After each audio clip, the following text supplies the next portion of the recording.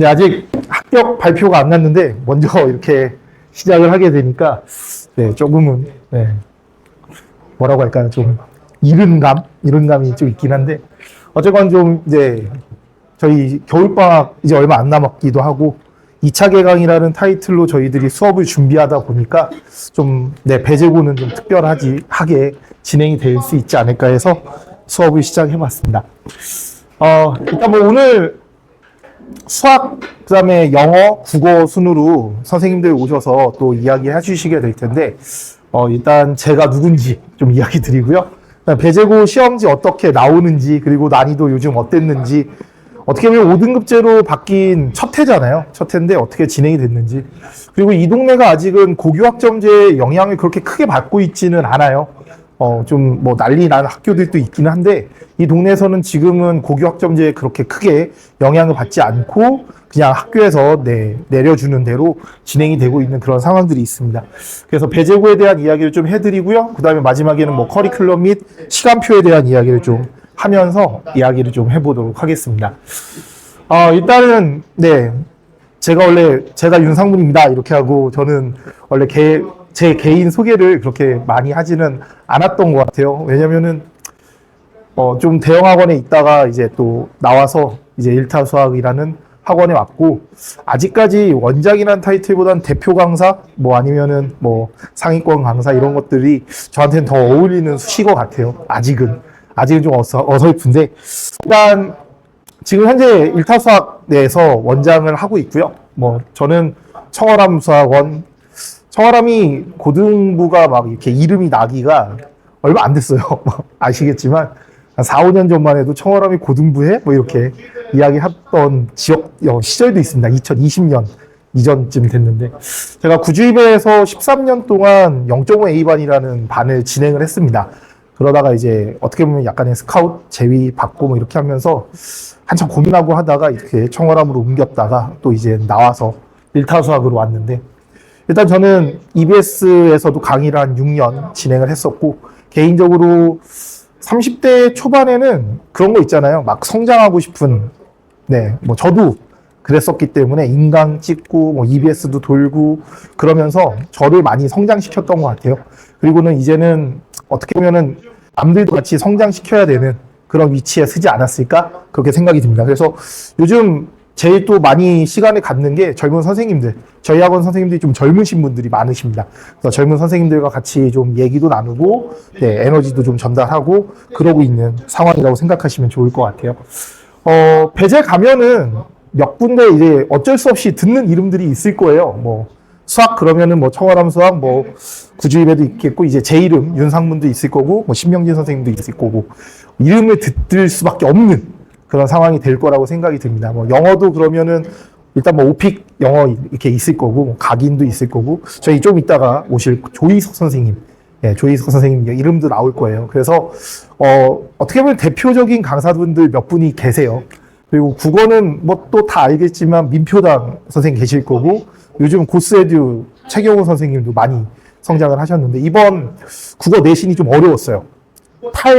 민표당, 고스 뭐 이러면서 요즘 그 국어 자료들을 이렇게 갖고 와요. 갖고 와서 이제 선생님들이 야 이거 안 낼 거야 뭐 이런 식으로 그래서 저번에 한번 민표당 선생님도 한번 실수하신 적도 있다고 얘기를 들었습니다. 그냥 이거 디스 아닙니다. 그냥 전달하는 거예요. 좀 이따 이제 배일권 선생님이 와서 또 국어도 설명해 주실 텐데 성장하시고 계신 분이십니다. 그리고 강동고나 이런 데서는 벌써 작년에 처음 시작하셨거든요. 저희 학원 오셔서 작년에 처음 시작하셨는데 저랑 잠깐 같이 있을 기회가 있었어요. 그래서 옆에서 목소리 들어보면 정말 몇 명 없어도 정말 카랑카랑하게 에너지 있게 수업하세요. 그래서 한번 그런 부분들도 고려해 주시면 좋지 않을까 그런 생각이 듭니다. 그래서 다른 분들도 좀 봐주시고 제 이름은 어쩔 수 없이 배제고 가면은 듣게 될 거다. 그리고 저 선생님 나도 봤어 이렇게 하면 이야기해 주시면 좋을 것 같아요. 일단 배제고 정기고사가 어떤지 뭐 또 이야기를 좀 나눠봐야 될 것 같은데 배제고 시험지가 어렵니 쉽니 이렇게 물어보면은 일단 저희들 일단 관심사는 1등급 컷 아닐까요? 1등급 컷 10%. 그런 다음에 이제 현실적으로 한 33%, 2등 컷 이렇게 내려가는 상황이라고 보입니다. 1학기 중간고사 첫 해였죠. 첫 해이기도 하고 5등급제의 첫 번째 시험. 학교 선생님들도 되게 고민이 많았을 거라고 생각이 들고, 올해 고3 아이들 졸업하는 친구들 있잖아요. 이번에 만점자는 많이 들었죠. 수능 만점자. 전국에 5명. 네, 한 명이 이제 광진구에 있는 광남고 왕정건이라는 학생. 제가 가르쳤던 학생이기도 한데, 그 학생 있고, 배재선 제일 잘 본 친구가 화투 한 과목 하나 틀렸어요. 걔는 원래 물리학과를 좀 가려고 물투, 화투 이렇게 다 투 과목으로 시험 본 친구가 있는데, 그 아이가 화투 하나 틀렸더라고요. 그래서 성적표 딱 나오자마자 저한테 선생님 하면서 이렇게 보여주더라고요. 그래서 축하한다고 했고, 물리학과 가려다가 이제 의대 쪽으로 방향을 좀 바꾸겠다 이렇게 얘기를 하는 것 같은데, 여하튼 그 고3 아이들, 고2 아이들, 고1 아이들 이렇게 지금 비교를 해보면, 개인적으로 생각할 때는 올해 고1 아이들이 그렇게 썩 그 두각을 나타내고 있다? 이런 생각은 안 들어요. 그러다 보니까 학교에서도 이제 강의를 하고 수업을 하다 보면 전년도보다 좀 못한 것 같아. 뭐 이런 느낌들이 있으시겠죠. 그래서 1학기 중간고사 때 난리가 났습니다. 시험을 딱 냈는데 100점이 68명 나왔어요.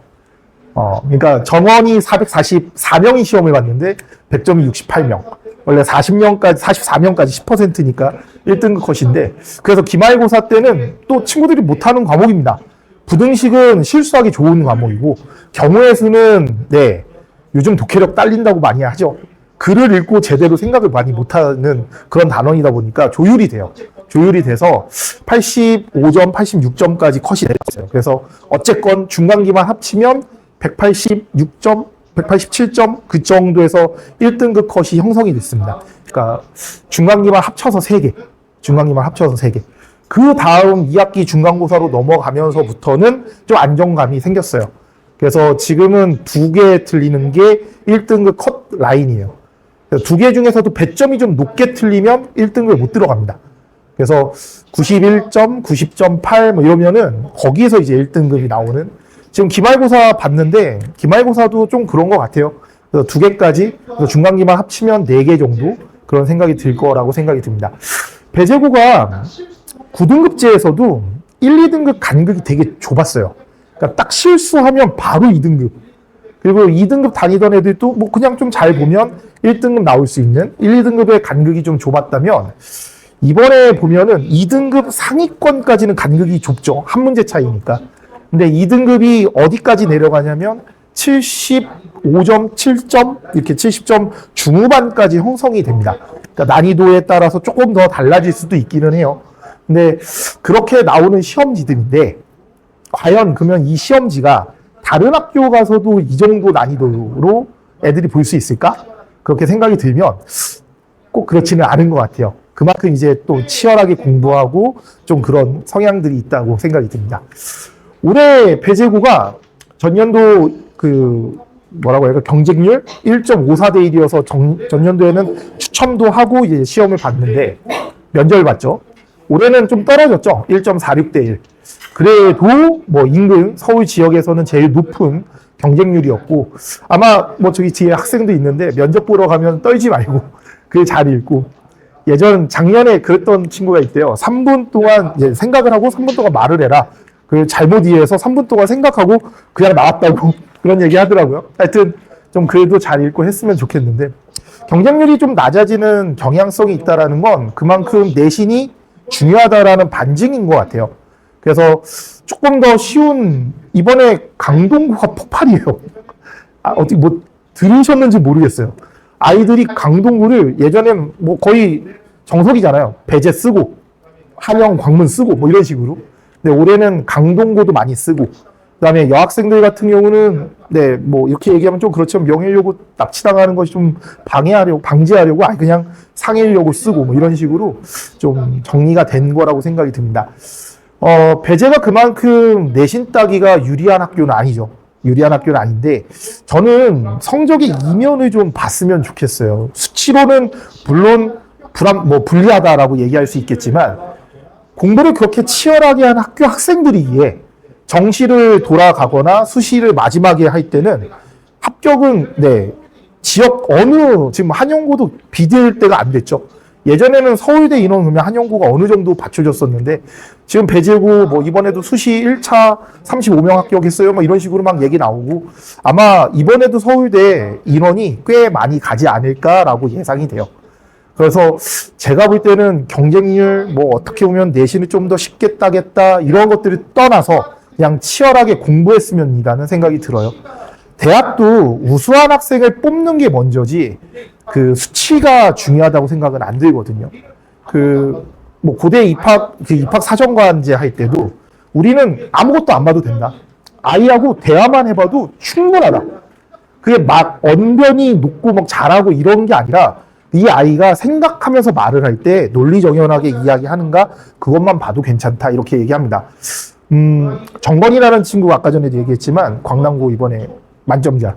그 아이는 처음 중3 이제 예비고 이맘때쯤에 한번 처음 봤는데 그때도 책을 막 읽고 있어요. 그래서 가서 봤는데 일본어 책을 읽고 있더라고요. 그래서 처음에 저는 성이 왕이잖아요. 그래서 아 화교인가? 이렇게. 근데 그런 거 아니고 그냥 좋아서 즐겁게 공부하는 그런 친구였어요. 대화를 하다 보면 당연히 알아요. 안 해도 알아요. 아 얘는 진짜 남다르구나. 그런 것들이 느껴집니다. 저는 그런 모든 과정이 내신 수치 이런 것들에 맞춰져 있다고 생각하지는 않습니다. 그러니까 좋은 대학에 가기 위해서는 치열한 공부, 그런 과정들이 좀 들어갔으면 좋겠다는 생각이 들어요. 이번 연도 1학기 중간고사가 광문고등학교도 1학기 중간고사 난이도가 되게 쉬웠어요. 그러니까 그 시험지를 저희가 이제 직보할 때는 먼저 본 학교 시험지는 풀게 합니다. 풀어보고 어느 정도 나오는지. 그랬더니 배제고 애들이 다 100점이에요. 그 정도 난이도였는데도 불구하고 광문고는 1등급 컷이 90점이 조금 안 됐어요. 그러니까 그런 지역 이제 학교별 차이가 좀 심해지고 이게 조금씩 진행되면 될수록 물론 1등급, 2등급은 학교 내에서 싸움이지만 성적이 나오는 친구들을 가만히 쳐다보면 갭이 좀 점점 벌어지는 느낌. 그래서 제가 그런 얘기도 많이 해요. 배제 갈까? 뭐 광문고 갈까? 뭐 한영고 갈까? 고민하고 있다. 그럼 오히려 진짜 공부를 잘하냐? 그러면 뭐 한영고나 광문고도 괜찮다. 근데 분위기에 휩쓸리는 아이냐? 그렇다면 오히려 광문고, 한영고를 보내느니 배제고를 보내라. 그냥 몰려다니면서 공부해요. 그래도 몰려다니면서 공부를 하는 그런 분위기가 좀 있습니다. 자, 일단 배제고사 스타일인데요. 왼쪽에 나오는 게 이제 배제고 시험 문제고요. 이건 이제 보시면 써 있을 거예요. 그리고 오른쪽에 나오는 건 모의고사 문제들입니다. 배제고는 부교재를 선정하지는 않아요. 한때는 너기출, 아니, 뭐, 지금 뭐 2학년들도 그랬었는데, 뭐 너기출이니, 고쟁이니, 뭐 아니면은 그 EBS 전국연합, 이렇게 모의고사 문제들 이런 것들을 좀 선정한다, 이렇게 얘기를 했었으나, 최근 들어와서는 선정하지 않아요. 그리고 프린트도 2학년은 딱 나눠주는데 1학년은 진행하는 반이 있고 진행하지 않는 반도 있습니다. 물론 시험때가 되면 올라오기는 해요. 모의고사 편집해서 올라오는 문제집들이 있습니다. 그때는 고쟁이 3스텝이 조금 들어가 있고 네, 배제고에서는 모의고사 문제들 위주. 그래서 지금 모의고사 위주에 있는 문제들을 이렇게 좀 보면 좋겠지 않을까 하면서 정기고사에 나왔던 문제들을 한번 이렇게 봤어요. 그래서 비교를 해드리고 있습니다. 우리 친구들 이렇게 그래프 그려져 있거나 도형 보면은 좀 힘들어하는 경향이 있어요. 그러니까 식을 좀 제한한 것보다는 도형이나 그래프. 단답형 3번 문제 같은 경우에 상당히 쉬운 문제인데도 저렇게 던지면 중위권 이하의 아이들은 손을 안 대요. 그냥 손을 아예 안 대는데 이런 것들로 이제 출제가 되고 있습니다. 기말고사로 넘어가 보면 기말고사도 역시 왼쪽 오른쪽으로 이렇게 좀 봐주시면 좋을 것 같아요. 배제고 16번, 그 다음에 6월 9일 21번 이렇게 써 있는데 모의고사가 1학년, 2학년까지는 아직까지 이제 공통 과목이다 보니까 1번부터 21번이 객관식, 22번부터 30번이 주관식이에요. 그러면 킬러 문제라고 하는 최고 난도 문제는 21번, 20번 그쪽에 있고요. 그 다음에 주관식으로 가면 29번, 30번 쪽에 있어요. 그러면 21번 문제를 처음 보고 들어가서 문제를 풀 수 있냐? 개 중에 거의 없다고 봅니다. 그리고 저거 풀 줄 알아요. 저 본 적 있어요. 해도 정확하게 알고 들어가지 않으면 시간. 왜냐하면 문제를 그대로 내지 않아요. 바꿔요. 네, 바꾸기도 하고 뭐 이렇게 하는 내용들이 또 나타납니다. 그래서 저는 좀 그런 생각들을 해주실 수 있지 않을까 생각이 듭니다. 그래서 배제로 이야기를 하면은 일단 문항수가 많습니다. 보통 50분제라고 하면 20문제. 적은 학교는 18에서 19문제도 나와요. 올해 선사고 시험지가 기말고사가 18문제였나? 19문제였나? 주관식 물론 4문제가 이제 뭐 서술하라는 그래프 그려라, 서술해라 이런 얘기들이 있었지만 그런 식으로 나온다면 배재고는 지금 문항수를 늘렸습니다. 문항수를 객관식을 18문제에서 19문항까지 좀 늘리고 주관식을 서술형을 없앴어요. 없앤 지가 지금 한 3년 다 돼가는 것 같아요. 지금 원래 교육청에서는 서술형을 더 늘리고 아이들한테 이렇게 쓰게끔 하라고 시켰는데 우리 뭐 명문사학 배는 그런 거 아랑곳하지 않고 우리대로 가겠습니다. 그래도 뭐 학적 잘 나오고 있고요 하니까 그래서 단답형 5문항이 출제가 돼요. 단답형 문제는 장단점이 있잖아요. 모든 일에는 장단점이 있는데 단답형 문제는 답이 틀리는 순간 그냥 점수가 없습니다. 뭐 중간 과정 다 맞고 뭐 하고 답만 틀렸어요. 뭐 한영고 같은 경우에 배점이 7점, 8점 그래요. 그러면 답만 틀리면 그래도 6점 뭐 이렇게 줍니다. 주는데 배제는 그런 거 없습니다. 그냥 싹 다 틀려요. 이번에 약간 좀 논란될 때가 그 단답형에서도 3개 쓰거나 그럴 때 있잖아요. 그럼 이걸 부분 점수를 줘야 되냐, 알아야 되냐, 뭐 이럴 때가 종종 논란이 있는데 재작년에도 부분 점수를 줬고요.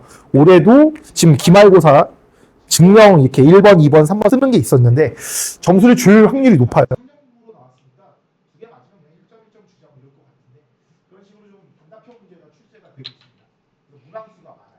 문항수가 많고 모의고사 출제 문제들이 나타난다고 했죠. 문항들을 가만히 보면은 뭐 21번, 19번 아니면은 뒤쪽에 가서도 27, 8, 9, 30 뭐 이런 문제들이 됩니다. 시간 압박이 어마무시합니다. 그래서 배재고 시험을 잘 보려면 이런 생각을 좀 잘 해주셔야 될 것 같아요. 모의고사는 그대로 나오지 않아요. 모의고사는 그대로 나오지 않아요. 변형이 됩니다. 지금 준 자료만 보시더라도 아 그러네 이렇게 문제가 바뀌었네 라고 생각이 드실 거예요. 그래서 모의고사 문제를 외워서 들어가는 것도 안 돼요. 물론 안 외우고 들어가는 것보다 낫겠죠. 어느 게 제일 이상적이냐면 이 문제를 외워요.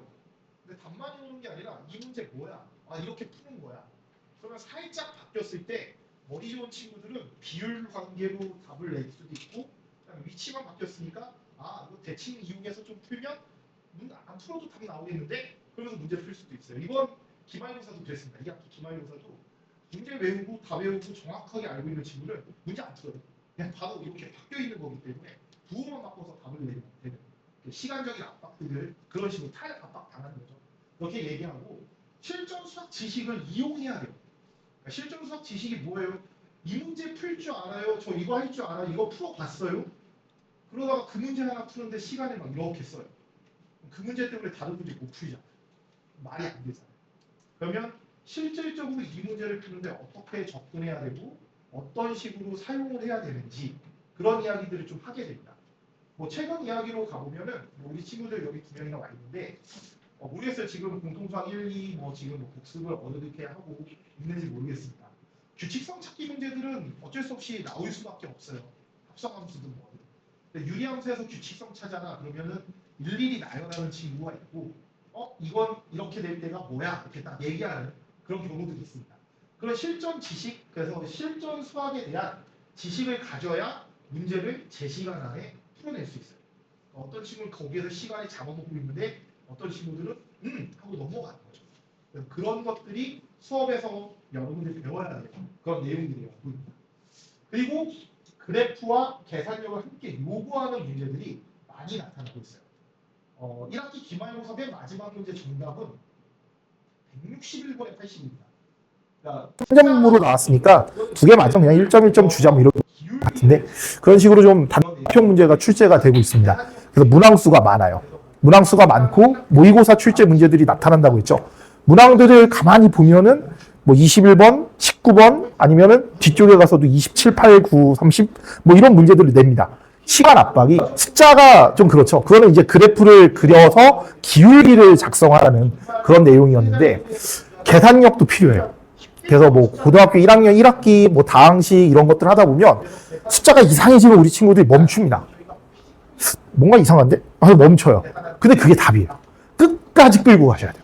특히 뭐 미적분 가게 되면 지금은 수투죠. 미적분 원 가게 되면 계산하다 보면 정말 세 자리 분의 두 자리가 저희가 쉽게 보던 숫자들이 아닌 것들이 답으로 등장할 때가 많습니다. 그래서 계산하는 것도 끝까지, 그래서 저희가 뭐 피지컬이라고 이야기해요. 보통 계산하는 피지컬이 있다. 끝까지 밀어붙이는 힘이 있다. 그런 얘기들을 하는데 얕게 공부하는 아이들이 그런 게 좀 약해요. 그래서 그런 친구들이 좀 있습니다. 뭐 1번 몰라요. 그러면은 선생님 질문이요. 뭐가 질문이 1번이요. 그러면 저는 또 물어보죠. 1번에서 어떤 부분? 그럼 가만히 있습니다. 1번이요. 그런 것들이 어떻게 보면 과정을 만들어가는 힘이 약한 거죠. 그래서 뭐가 어떻게 될지 이런 것들을 좀 봐야 될 건데, 저도 이제 학부모죠. 네, 저희 아이도 중학교 1학년, 이제 2학년 올라가는 친구인데, 중간고사 시험 보고, 기말고사 시험 보고 엄마한테 엄청 깨지고 뭐 이러면서 옆에 이렇게 지켜보고 있으면 어머님들, 아버님들 생각납니다. 뭐 지금 마음으로 그렇잖아요. 아, 왜 얘는 안 하지? 뭐 이런 생각 드는 것처럼. 아이들 어떻게 시작을 해야 되는가가 되게 중요한 입장인 것 같아요. 공부 체력을 만들어주세요 라는 이야기도 많이 드립니다. 공부 체력을 만들어주세요. 학원에 보통 이제 6시 수업, 6시부터 10시가 이제 정규 수업으로, 동네에서는 아직은 네, 그렇게 하는 게 보편적인 고등학교 학생들이거든요. 그러면 4시간 수업을 하기 위해서 아이들이 딱 6시에 등원해서 10시에 가냐? 진짜 준비 잘하고 하는 학생들은 미리 와요. 미리 와서 6시가 되면 수업을 할 준비가 되어 있어요. 그리고 그 전에 와서 과제도 좀 체크하고 안 되어 있는 거 있는지 확인도 하고. 근데 막 6시에 시간 맞춰서 부랴부랴 와서 뭐 5시, 뭐 6시 한 20분쯤에 들어오고 막 그런 친구들이 잘하지는 않겠죠. 그리고 공부 체력이라든지 이런 것들도 미리미리 준비가 돼야 되지 않을까 싶습니다. 그래서 이번 겨울방학이 그만큼 중요한 과정이 아닐까 생각이 들어요.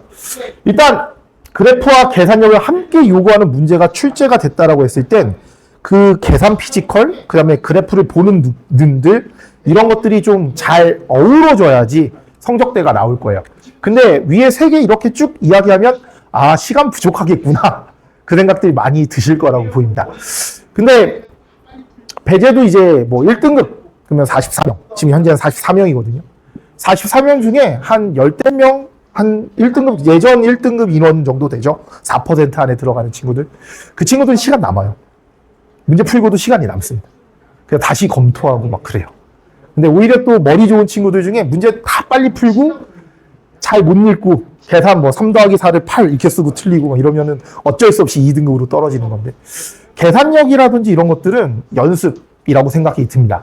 그러니까 그거는 발상으로 끝나는 게 아니에요.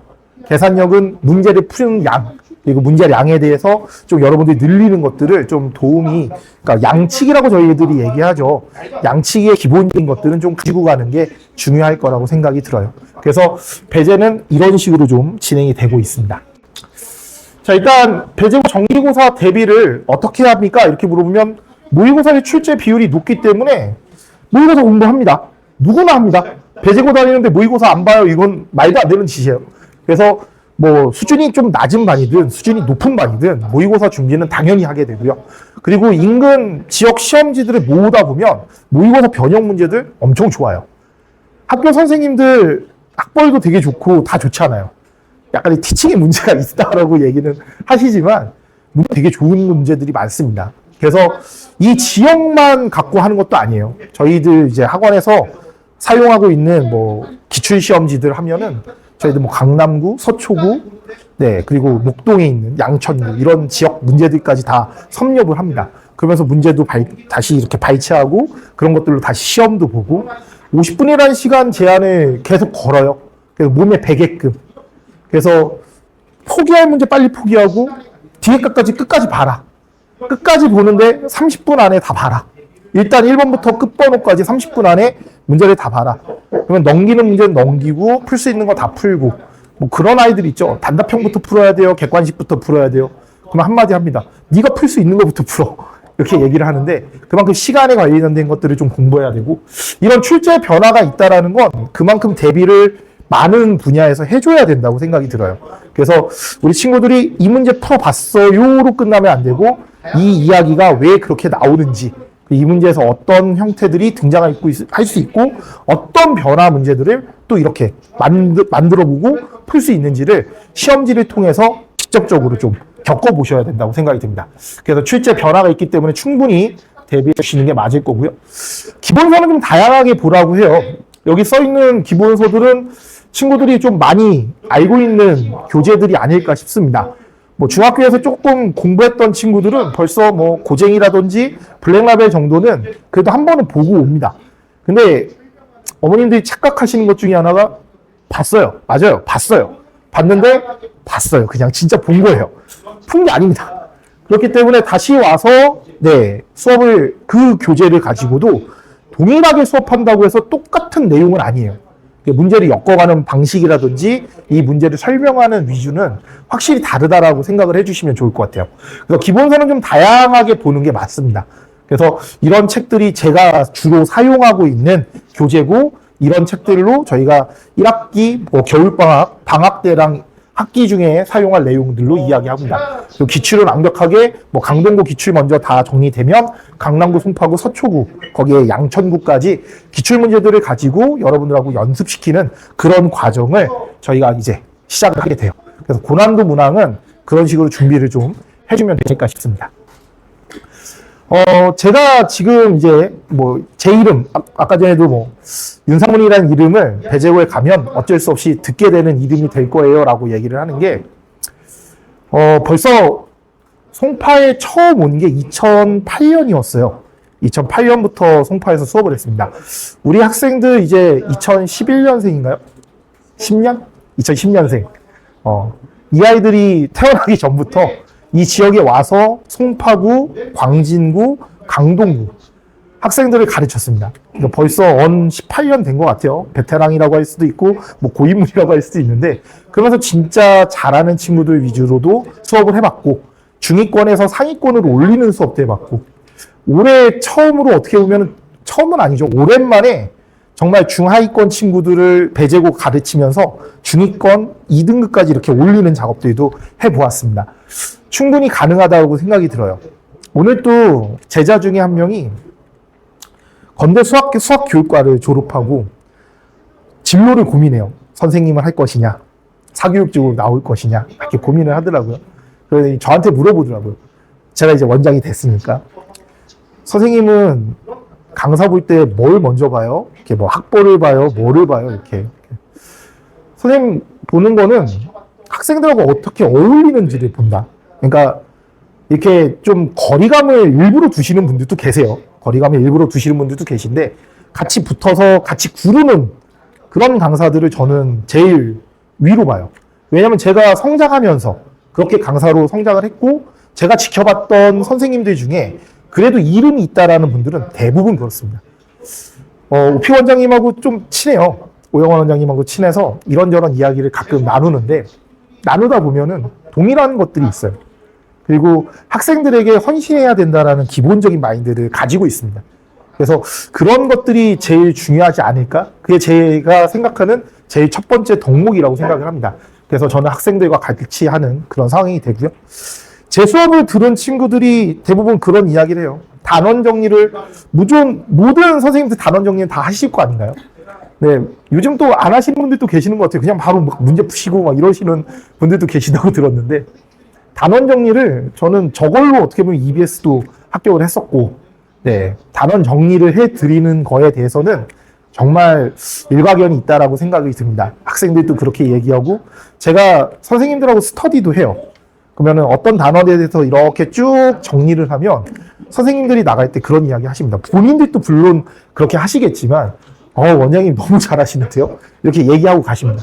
그래서 학생들한테 하던 그런 것들이 어떻게 보면 잘 전달되면 좋지 않을까? 이렇게 용어, 그 다음에 이 단원이 뭐지? 단원 순서? 이런 거 전혀 모르는 친구들도 많습니다. 그냥 문제 던져주면 풀어요. 무슨 단원인지도 몰라요. 그냥 풀어요. 그런 친구들이 있는 반면에 딱 단원별로 연결되고 이 단원에서 뭐가 있고를 설명할 수 있는 친구들도 있습니다. 당연히 후자인 학생들이 잘하죠. 그래서 그런 것들도 염두에 두면 제 수업의 가장 장점이 단원을 잘 정리해주고 있다라고 생각합니다. 그리고 나서는 수학을 어떻게 공부해야 되냐라고 하면 저는 무게중심은 솔직히 많이 내려와 있다고 봐요. 솔직히 저희 고1 이제 시작하는 입장이지만 똑같은 출발선 아니라는 건 어머님들도 학생들도 다 알고 있을 거예요. 아, 나는 출발선이 벌써 난 이만큼 와 있는데? 그래서 나는 시험지 좀 주세요. 기출시험 바로 볼게요. 그럴 수 있는 친구들도 있고, 어떤 친구들은 아, 이제 시작이에요. 이럴 수도 있고. 근데 공부를 하는 데 있어서 단원을 알고 문제를 풀고 그런 것들도 있겠지만, 깊이 있는 사고가 빠진다면은 그건 문제가 돼요. 그래서 문제 살짝만 바뀌어도 못 풀어요. 아니면 쎄는 잘 푸는데 시험지는 못 풀어요. 이유가 있습니다. 쎄는 그 유형이 딱 나오잖아요. 그럼 아무 생각 없어도 그 유형이니까 그냥 풉니다.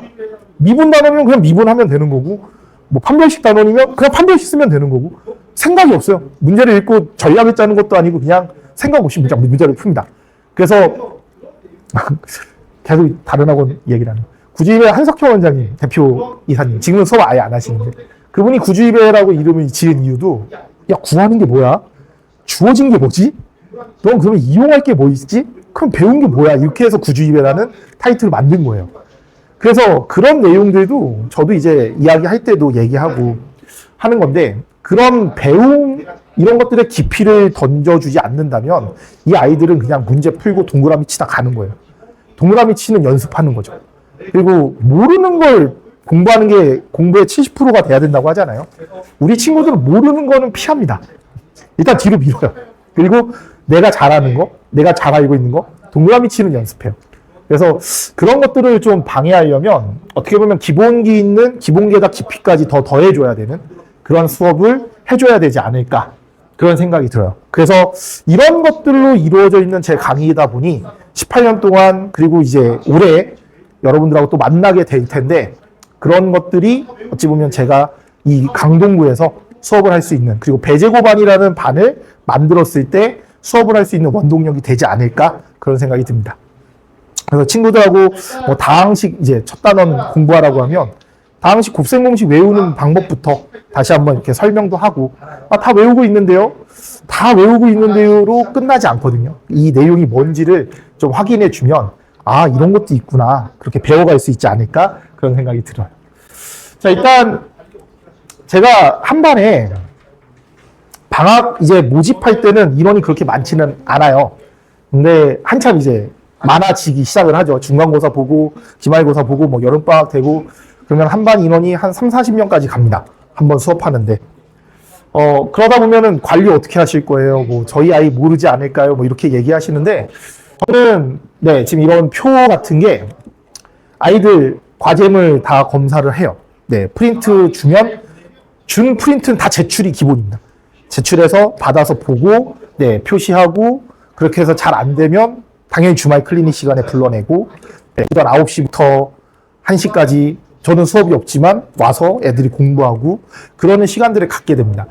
방학을 잘 보내면 저런 것들이 어떻게 보면은 필요 없이 그냥 잘 정돈돼서 가게 될 것 같고, 3월 되면, 아, 3월부터가 진짜지? 아니에요. 3월 되게 바쁩니다. 동아리부터 시작을 하죠. 아이들 동아리 뭐 해야 되는가, 그리고 동아리 뭐 발표 나오고 끝나면 벌써 3월 중순, 그리고 이것저것 하다 보면은 4월로 넘어가요. 그러니까 저런 것들에 대해서 공부를 해놓고, 네, 관리받는 것들을 안 하면 아이들 그냥 착 들고 그냥 왔다 갔다 하는 거죠. 그래서 저는 교재를 이번 2학기 때는 교재 선정을 해요. 교재 블랙라벨, 뭐 절대 등급 교재 선정을 하는데, 교재를 사라고 하지 않았습니다. 그냥 이렇게 하면 또 불법인가요? 하여튼 출판사에서 싫어하겠지만 단원마다 이렇게 좀, 네, 복사를 해서 나눠준 다음에 단원이 끝나면 걷었어요. 그래서 확인하고 너 안 되어 있으니까 와라, 이렇게 얘기도 하고, 그러면서 이렇게 과제 관리를 하고요. 그 다음에 시험 본다고 했었죠. 네, 50분 재서 시간을 재고 시험을 보면 이렇게 항상 표가 만들어집니다. 그래서 학생들한테는 전송을 해줘요. 너 몇 점이고 몇 등 했다. 근데 어머님들한테 전송을 안 했습니다. 올해는 좀 바꿔볼까도 생각해요. 가정의 화목을 위하여, 평화를 위하여 제가 좀 아이한테만 이렇게 보냈었는데, 이제는 원래 평가라는 거 저희가 있거든요. 1타 챌린지라고 해서 원래 평가를 항상 보게 되는데, 그거에 대해서는 좀 이야기도 주고 그렇게 할 생각을 갖고 있습니다. 그래서 매번 시험 보면은 이런 표가 만들어지고 오답률이 쭉 나와요. 그러면은 시험 보게 하고 문제 오답하러 가면, 네, 뭐 오답률 높은 문제들이야 당연히 킬러 문제들이니까 제가 손을 대주고, 저기서 이제 오답률 베스트 5 정도 손에 대준 다음에 그리고 이제 물어볼 문제들이 있으면 물어보라고 한 다음에 정리해주고 이런 시험지도 오답이 끝나면 제출하게 됩니다. 중학교 때 오답 노트 만들려고 하면 어떤 학원은 되게 꼼꼼히 막 만들려고 해요. 문제도 옮겨 적고 받아서 쓰고 뭐 이런 것들을 하라고. 고등학교 와서 그렇게 할 시간이 없어요. 고등학교 때는 진짜 다시 한번 틀린 것만 고쳐도 충분합니다. 그리고 뭐 풀이 과정 이야기하시고 중학교 때 서술형 뭐 이런 얘기들을 많이 하시는 게 제가 볼 때 그냥 중학교 선생님이시니까 그런 것 같아요. 왜냐하면 고등학교 문제를 중학교 서술형 쓰듯이 한번 한 땀 한 땀 써보세요 이러면 그거 쓰면은 한 20분 지나가 있을걸요? 되도록 그냥 빨리 푸는 게 중요해요. 서술형이 없는 학교여서 다행이라고 생각할 수도 있겠지만 서술형 있는 학교에서 저는 설명할 때 그런 말 합니다. 일단 풀어라. 답을 내는 게 중요하다. 서술형이 과정이고 뭐고 간에 답을 내는 게 중요해. 답을 내고 빠르게 풀면 그 다음에 시간이 있을 때 조금 첨삭하듯이 덮어서 쓰면 되는 거야. 그런 얘기 많이 해주거든요. 그런 것들처럼 공부를 시킬 때도 좀 그렇고 어떻게 보면 베스트 5 어떤 오답들을 얘네들이 하고 있는가 이런 것들을 잘 보고 있는 거고 이게 시험 이제 직보 자료로도 작성이 돼서 만들어져요. 그래서 오답률 높은 문제들 이런 것들은 좀 뭐 1타 스페셜이라고 해서 마무리할 때 이렇게 풀립니다. 다른 학교 애들한테는 잘 못하겠더라고요. 원래 제가 뭐 구지입에 있거나 청원함에 있을 때 체육반 할 때는 걔네들은 학교와 상관없어요. 그냥 하면 됐었어요. 근데 지금 이제 1타수와 와서 배제고 학교, 그 다음에 이제 다른 일반고 학교마다 이제 수업을 진행을 하다 보니 한영고에서 제일 잘한다는 친구들, 4% 안에 들어간다는 친구들도 과제하기 급해요.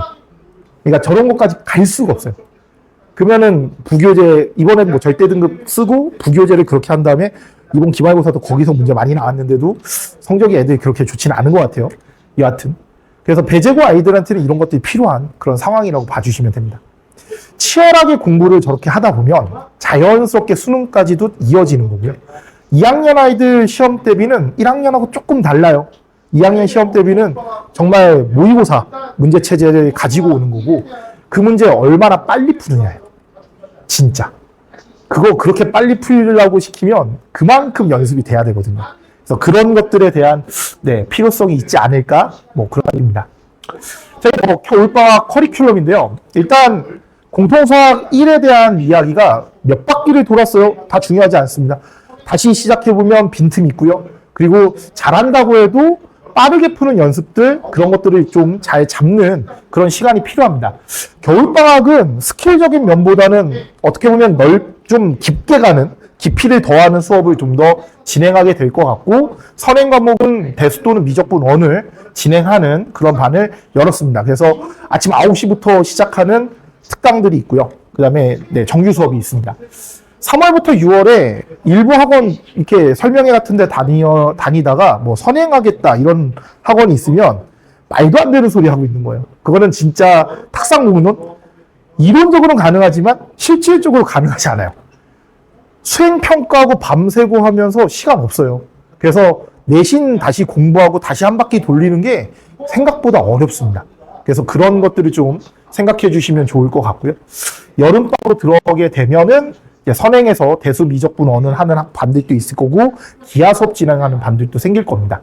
그리고 이제 뭐 공통수학 2에서 이야기가 나올 거고요. 이번 중간고사 범위가 도형의 방정식부터 집합까지였거든요. 근데 대부분은 저랬어요. 배제고가 학교 행사가 꽤 많았거든요.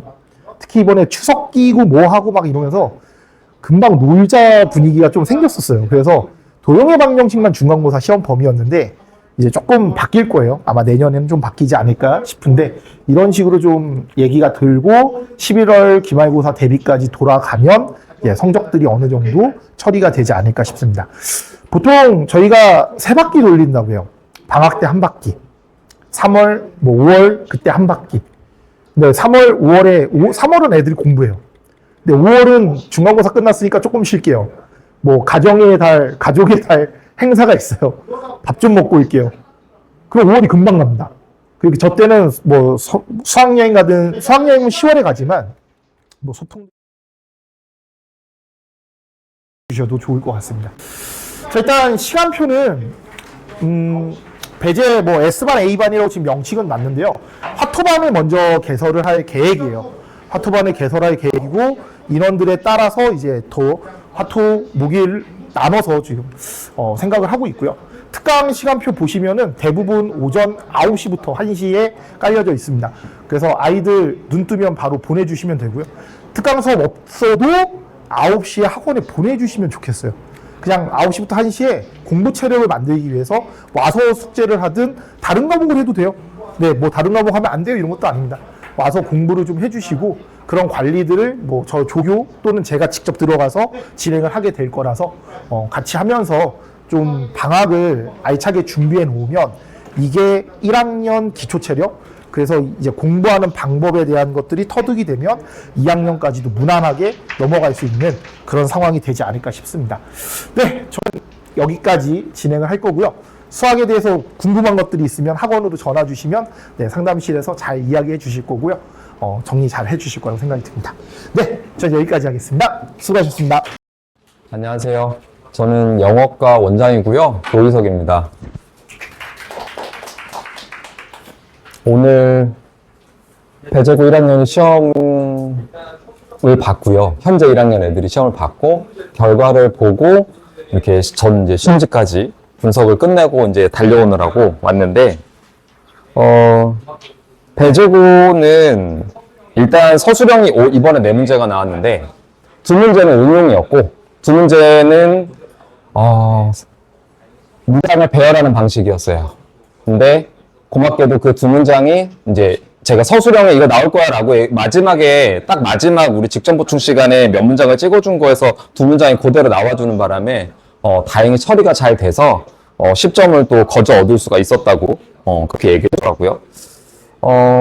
배제고는 뭐 다들 어느 정도는 아시겠지만 단어가 중요합니다. 단어가 상당히 중요한데요.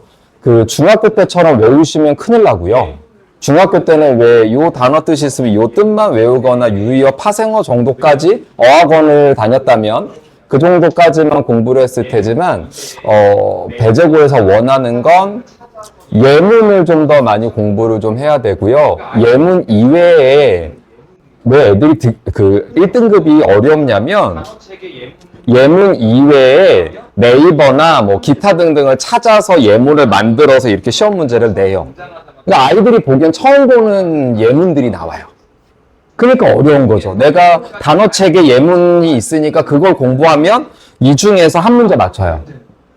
단어 문제는 총 5문제가 처음에 등장하자마자 무조건 1번부터 5번까지는 단어 시험이 나오게 되어 있어요. 근데 그 중에서 예문까지 잘 공부한 친구가 맞출 수 있는 문제는 한 문제. 그럼 나머지 4문제는요, 공부 더 해야 됩니다. 또 그 4문제 중에 한 문제는 영영풀이에요. 단어 영영풀이가 있기 때문에 이번에 영영풀이 문제가 좀 많았어요. 원래는 전치사랑 수반한 문제들이 좀 나오는데 일단 가볼게요.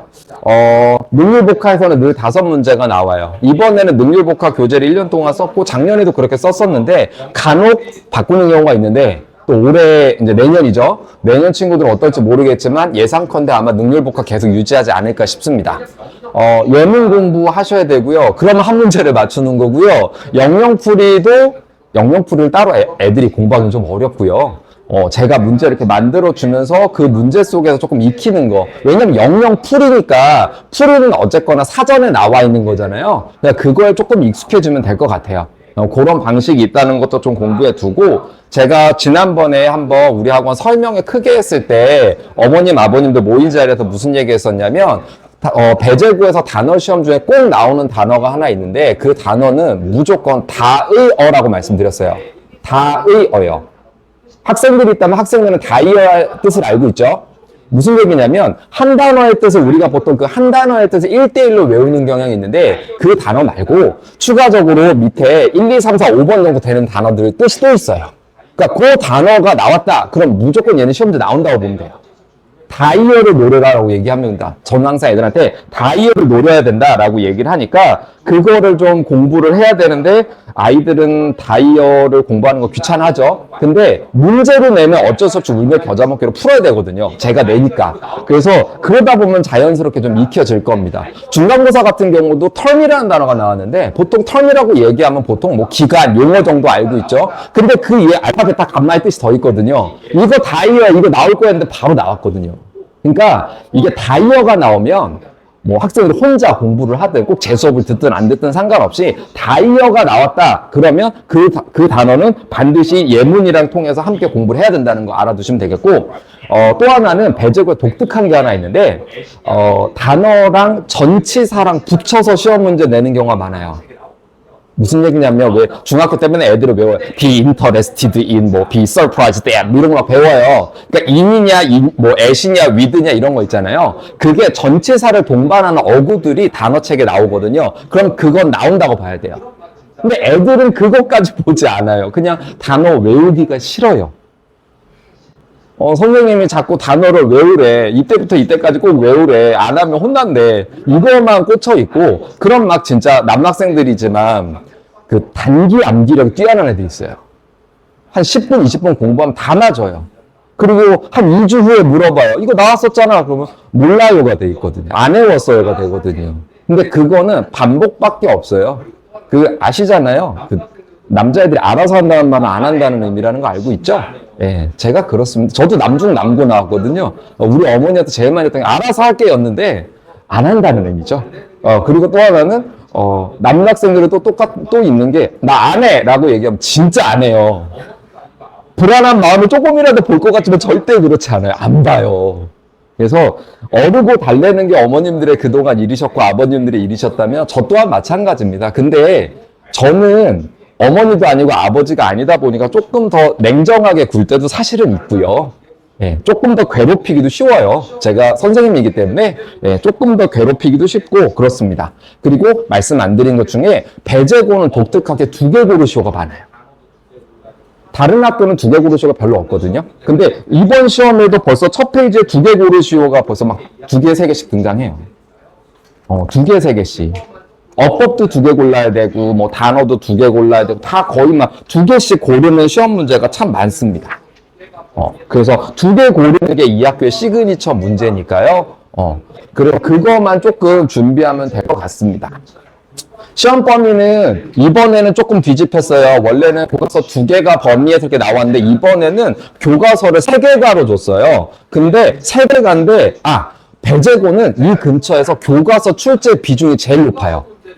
보통은 교과서가 너무 쉬우니까 부교재나 뭐 모의고사나 이런 거에서 문제를 많이 내거든요. 근데 배제고는 기본에 충실해요. 그래서 제가 여기 써놨잖아요. 기본에 충실한 배제고라고. 교과서 문제를 이렇게 많이 내주는 학교는 없어요. 그리고 변형도 많지는 않아요. 근데 다 외우긴 좀 그렇죠. 고등학교에 뭐 영어만 공부하는 건 아니잖아요. 다 외우라고 할 수는 없지만, 다행히 저도 이제 학교 학년을 여러 개를 하고 있고, 고3도 하고 있고 막 하지만, 선생님들은요, 자기랑 잘 맞는 학교가 있어요. 무슨 얘기냐면, 내가 이거 나올 것 같아 했는데 안 나오는 학교가 있고, 내가 이거 나올 것 같아 찍어줬는데 이게 잘 나오는 학교가 있어요. 다행히 배제고 1학년에 계시는 선생님이 쭉 1학년에 계신 남자 선생님이 계신데 그분하고 저랑 문제 내는 스타일이 좀 비슷한가 봐요. 보는 눈이 좀 비슷한가 봐요. 다행히. 그래서 이거 나와 했을 때 나와주더라고요. 얼마나 감사한 일이에요. 그래서 애들한테는 제가 막 신이에요. 이거 나온대. 그럼 막 그거만 외우고 있는 애들도 있어요. 물론 영어를 어려워하는 친구는 그거라도 외우는 게 다행이죠. 그리고 서술은 여태까지 중학교 때 맨날 빵점 받았어요 이랬던 애들이 오히려 고등학교 때 와서 최고점 받았어요 라는 말이 나오니까 살면서 이런 점수를 처음 봤어요 하니까 감동이죠. 제 입장에서는. 물론 저도 1등도 예쁘죠. 100점이면 더 이쁘고요. 전교 1등은 사랑해요. 근데 어느 누구든 어느 학생을 잡아도 자기가 다 공부 잘하고 싶은 마음 다 똑같잖아요 사실은. 근데 성적 갖고 차별할 수는 없지만 그래도 어찌됐거나 학생들이 뭐 점수가 영어가 되게 낮았다가도 저 만나고 나서 이렇게 올라가는 거 보면 감사하죠. 정말 감사해요, 그거는요. 왜냐하면 어머님, 아버님도 이제 애들도 그렇고 학원밥을 오래 먹어서 알아요. 선생님과의 케미가 얼마만큼 중요한지를 알아요. 아무리 잘 가르치는 선생님이라도 본인하고 안 맞는 것 같으면 어렵거든요. 수업 계속 진행하기가. 그래서 잘 맞는 선생님을 잡는 게 고등학교 때부터는 중요하니까. 그래서 다행히 저한테 있는 친구들은 참 뭐라고 해요? 저희 약간 교주로 만들어주는 친구들이에요. 교주로 좀 만들어주는 친구들이라서 참 수업하기가 좀 되게 수월한데 어찌됐든 일반고랑 비교해서 교과서 출제 비중 상당히 높은 학교니까 그 말인즉슨 시험 문제 난이도는 높다 안 높다? 안 높다. 근데 남자애들한테 치명적인 약점이 하나 있죠. 꼼꼼하며 그 꼼꼼함을 요구하는, 쉽게 얘기하면 여학교에서 요구할 법한 문법 시험하고 여학교에서 요구할 법한 어휘 시험을 내기 때문에 남자애들이 영어는 어렵고 재미없다라고 생각하는 거예요. 학교는 남학교지만 시험 문제는 여학교 스타일로 공부하는 게 맞다. 여고 스타일로. 네, 그렇게 생각해 주시면 쉬울 것 같습니다. 그리고 이번에 어법, 어휘, 순서, 삽입, 연결 이렇게 나오는데 저는 항상 시험 보기 전에 자료를 절대로 공개하지는 않아요. 절대 공개하지는 않는데 제가 정리해주는 자료가 있어요. 제가 일일이 손필기해서 주고 손필기하면 가끔 이제 글씨 못 알아봐요 이런 책 없어요. 저 글씨 예뻐요. 정말 예뻐요. 근데 온갖 핑계가 나올 수 있기 때문에 제가 일부러 이제 다 이제 패드 작업을 해갖고 정말 그런 거 있잖아요. 그 시중에서 뭐 자습서 보면 다 정리되어 있는 것 같은 그런 거 있잖아요. 국어로 따는 완자 뭐 이런 거 있잖아요. 그렇게 해서 만들어줘요. 그래서 시험에 나올 거 거기다 포인트를 적어놓고 제 수업 듣는 애들은 그 색깔이 어떤 의미고 이 색깔이 어떤 의미인지 다 알아요. 제가 충분하게 애들한테 알려주기 때문에 그래서 그 문제를 이거 어법 나올 거야. 이거 어휘 나올 거야. 이거 연결어 문제야. 이거 순서 ABC야. 이 문장 삽입이야. 뭐 이런 거 있잖아요. 이거를 제가 수업 시간에 정리해 준 거대로 가니까 어려움 없었어요. 아까 얘기했잖아요. 보는 눈이 비슷하다고.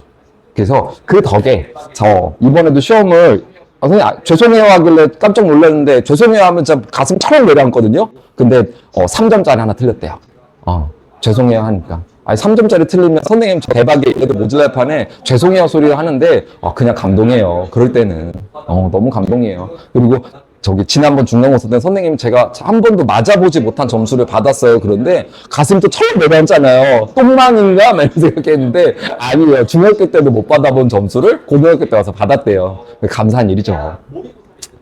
최근 들어서 결합형 지문이라는 게 있는데 이게 중학교 제가 시험 문제를 안 봐서 모르겠는데 최근 이 동네에서는요 결합형 지문 추세가 좀 늘고 있어요. 무슨 얘기냐면 그냥 모의고사를 예를 들면 모의고사 21번 지문 하나 위에 주고요. 그 다음에 그거랑 비슷하거나 안 비슷할 수도 있는데 억지로 껴맞춰요. 모의고사 40번 지문을 또 하나 끌고 와요. 그럼 지문이 이렇게 되겠죠. 이 중에서 이 두 개의 지문의 공통점 아니면 밑에서 가리키고 있는 함축 의미가 위에서는 뭐라고 설명이 되어 있는지 이게 이번에 서술형에 나왔거든요.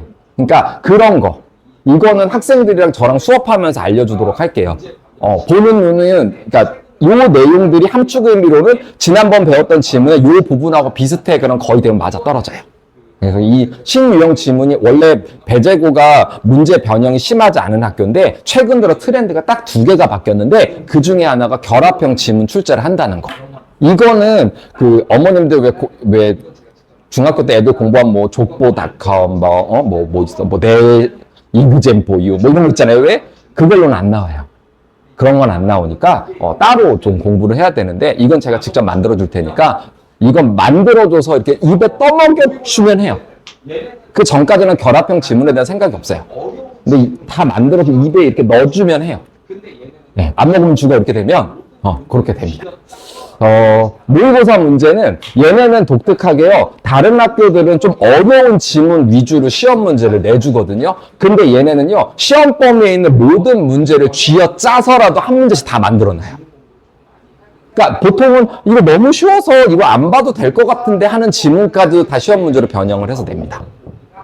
그래서 이 변형 문제가 여기에 나온다는 건 아무래도 지문 공부를 조금 많이 하긴 해야 될 거예요. 그리고 이거는 논리 파악하는 거는 당연히 왜냐면 1, 2, 3, 4, 5번의 보기가 한글이 없어요. 대부분 다 영어로 서술되어 있는 내용들을 판단하기 때문에 글의 논리 파악하는 거 중요하겠고요. 뭐 빈칸 추론하고 어법, 선택형 문항 점검하는 건 필수적으로 이어져야 됩니다. 서술형 궁금하시죠? 다른 학교는 서술형 진짜 골 때리거든요. 정말 이거는 어떻게 애들한테 이거 쓰라고 하는 거지 하고 하는 문제들이 있어요. 대표적으로 이 근처에 그 배제고를 제외한 상일여고를 하든가 한영고를 가면 이런 서술형을 세상에 어떻게 만들지 이런 게 있는데 얘는 안 그래요. 얘는 안 그래요. 좀 뻔합니다. 특히 한 가지 팁을 드리자면 어순 배열은 뭘 중심으로 해야 되냐면 어법을 중심으로 하게 돼요. 다른 학교는 주제문을 가지고 보통 서술형 영작 문제를 많이 만든다면 얘네는 독특한 어법이 최근에 한번 출제됐다든가 아니면 잘 안 나오는 문법이 한번 출제가 됐다. 그 지문 속에 녹아있다. 그럼 그 문제 돼요. 이번에 두 문제가 다 그랬어요. 그러니까 어순 배열은 그나마 애들이 단어가 주어진 상황에서 정리만 해주면 되긴 하는데 그걸 또 어려워하는 애들도 있어요. 근데 제가 서술형 나올 거는 찍어주거든요. 항상 찍어줘요. 그리고 그 이외의 문장은 외우지 마라고 얘기를 해요. 근데 이 문장은 외워. 근데 이 나머지 문장은 외우지 마. 그럼 보통 한 지문에 한 문장 정도 제가 찍어주거든요. 그래서 그 정도 한두 문장 정도니까 애들이 외우는 것도 별 어려움은 없어 해요. 다 외우라는 거 아니니까. 미리 얘기하지만 고등학교 수업 때는 어떤 것도 다 암기하려고 들면 안 됩니다. 중학교 때처럼 1, 2, 3, 4가 다 외우고 막 이러면 안 돼요. 절대 안 됩니다.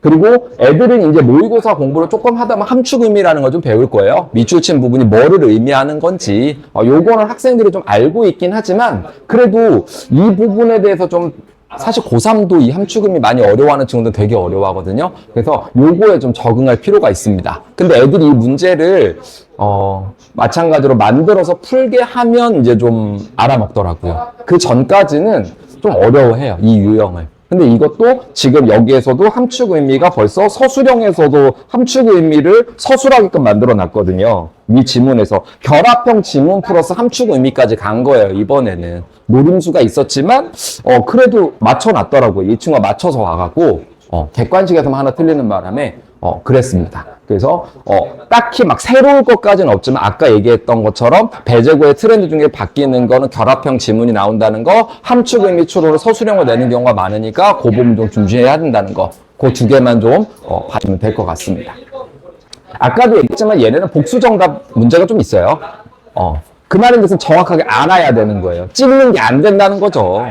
1번은 맞췄어. 두 개 고르는데 1번, 5번이 정답인데 1번 맞췄는데 4번 써버리면 그 문제 날아가는 거잖아요. 그래서 그런 부담감이 좀 있긴 하지만 확실하게 알면 잘 푸는 문제다. 그리고 아까도 얘기했지만 단어가 가진 다양한 뜻을 공부하는 것이 필수다. 자, 무조건 시험 문제는 다의어에서 나옵니다. 이거는 아마 10년이 가도 안 바뀔 겁니다. 10년이 지나도 안 바뀔 거예요. 다의어. 그리고 얘네는 범위가요 사실은 광문고의 3분의 1 정도예요. 한영고의 3분의 1이에요. 시험 범위가 영어 시험 범위 엄청 적어요. 근데 아까 얘기했죠. 우리 보통 시험 범위가 적으면 원래 문제 난이도가 좀 높아지잖아요. 근데 그렇지는 않아요. 단 꼼꼼하게 공부한 애들이 시험을 잘 보게끔 만드는 시험이다. 다시 얘기하지만 여학교 스타일로 공부할 때는 여학교처럼 좀 꼼꼼해야 된다. 근데 남학생들은 알아서 할게 그럼 믿으면 안 된다. 그럼 어떻게 하느냐? 계속 점검을 해줘야 됩니다. 확인을 해야 됩니다. 엄마가 하면 짜증내지만 제 앞에서는 짜증 안 부립니다. 죽습니다. 그러면. 전 엄마가 아니기 때문에. 그리고 그러다 보니까 실수 싸움이에요. 얘네는요 실수 싸움이에요. 몰라서 틀리는 경우는 별로 없어요. 그럼 실수했어요. 물론 그 실수가 한 번 시작되면 한 세 번은 지속된다는 단점이 있긴 하지만 늘 애들이 입에 달고 살죠. 실수한다고. 근데 진짜 실수 싸움이에요. 그래서 애들이 영어 공부할 때는 실수를 0%로 만든다는 각오로 움직이면 성적이 잘 나와요. 그러니까 애들이 보면 남학생들이 이렇게 보면 뭐 하다 이거 알아요. 저 지난번 배웠어요 이거. 라고 얘기하면 틀려요. 안 돼요. 그럼 내 설명을 들었으니까 아는 거죠. 학교에서 뭐 했어? 잤대요. 그럼 학원에서 수업해 먹은 걸로 이렇게 푸는 건데 애들은 이걸 보고 안다라고 하는 순간 착각을 한단 말이죠. 수업을 들어서 내가 전달해 준 것 뿐인데. 그래서 그런 부분은 어떻게 하느냐? 점검해야죠. 확인해야 됩니다. 그래서 저는 클리닉은 뭐 어차피 중학교 때부터 많이 하셨을 테니까 클리닉은 일단 두 개로 이루어져 있어요. 단어 클리닉이 필요해요. 단어 시험을 좀 보면서 이렇게 점검하는 게 필요하고요. 두 번째는 뭘 해야 되냐면 아까 얘기했죠. 지문당 한두 문장씩 들어가 있는 서술형 테스트도 같이 봐요. 얘네는요. 안 그러면 영어 지문을 배워놓고도 금방 까먹어요. 그래서 그 부분에 대해서 공부를 좀 시키려면 클리닉은 이제 테스트를 좀 진행을 하고요. 당연히 배제고 전담반 운영을 할 거고요. 그리고 그 학교에서 보통 이제 행사가 좀 있어요. 얘네들이 나오는 요일에 행사들이 좀 있어요. 다채롭습니다. 다채로워요. 그래서 좀 늦거나 못 오면 제가 영상 따로 찍어 놓을게요. 그때그때 현강을 찍어 놓을 테니까 그거는 전송해 드리지 않아요. 볼 거면 내 앞에서 봐야 돼요. 전 아이들을 자율권을 그렇게 주진 않아요. 왜냐하면 남자애들, 아니, 우리 코로나 시대 겪어보면 애들이 정말 영상 강의 보면서 너무너무 열심히 듣던가요? 아닌 거 아시죠? 그래서 저는 그 모습을 많이 봤기 때문에 제 앞에서라기보다는 학원에 와서 제 영상 태블릿으로 봐야 돼요. 와이파이도 연결 안 되어 있어요. 인체 딴짓은 못 해요. 정말 그것만 봐야 해요. 그리고 그걸 감시하는 선생님이 뒤에 서 있을 거예요. 우리 클린 선생님이 저랑 같이 벌써 7년째 하시는 선생님은 계신데 그분이 저 뒤에서 매 눈으로 쳐다보고 있을 겁니다. 졸아도 혼나요, 그거를. 그래서 분명히 케어 확실하게 될 거고요. 과제물 점검을 하는데 그거는 하나 제가 어머님 아버님도 있고 학생도 있는 것 같아요. 미리 얘기할게요. 저 과제 안 되어 있으면 정말 안 살려둘 정도로 혼냅니다. 그거는 안 돼요. 왜냐면 일주일에 저 한 번 만나요. 이 친구도 수업에서 한 번 만나는데 그럼 일주일째 과제가 나가는데 저는 절대로 애들이 밤을 새게끔 하지도 않고요. 얘 때문에 수학을 못하고 과학을 못하게끔 과제를 절대 주지 않아요. 근데 그거 안 한 건 본인의 게으름이에요. 전 그거는 제가 잡아줘야 된다고 생각해요. 그게 제 수업에 차질까지 오게 되면 전 못 견디겠어요. 전 숙제를 밀려본 적이 없거든요. 전 없어요. 수행평가를 2주 전에 내줬는데 내일 내야 된다고 학원 빠지는 이런 짓거리를 한 적이 없어요. 단 한 번도 없어요, 저는. 철저하게 계획형 인간이라 그렇지만, 그렇습니다. 전 못 봐줘요, 그거. 그리고 과제물 점검했는데, 남자애들은요, 참, 100% 중에서 한 90%를 해와요. 왜 그런지 모르겠어요. 10%를 안 해와요. 그리고 면접을 요청해요. 제가 그래도 90분 했는데 쌤, 10분 좀 봐주셔야죠. 짤없습니다. 안 됩니다. 그래서 어떻게 하느냐.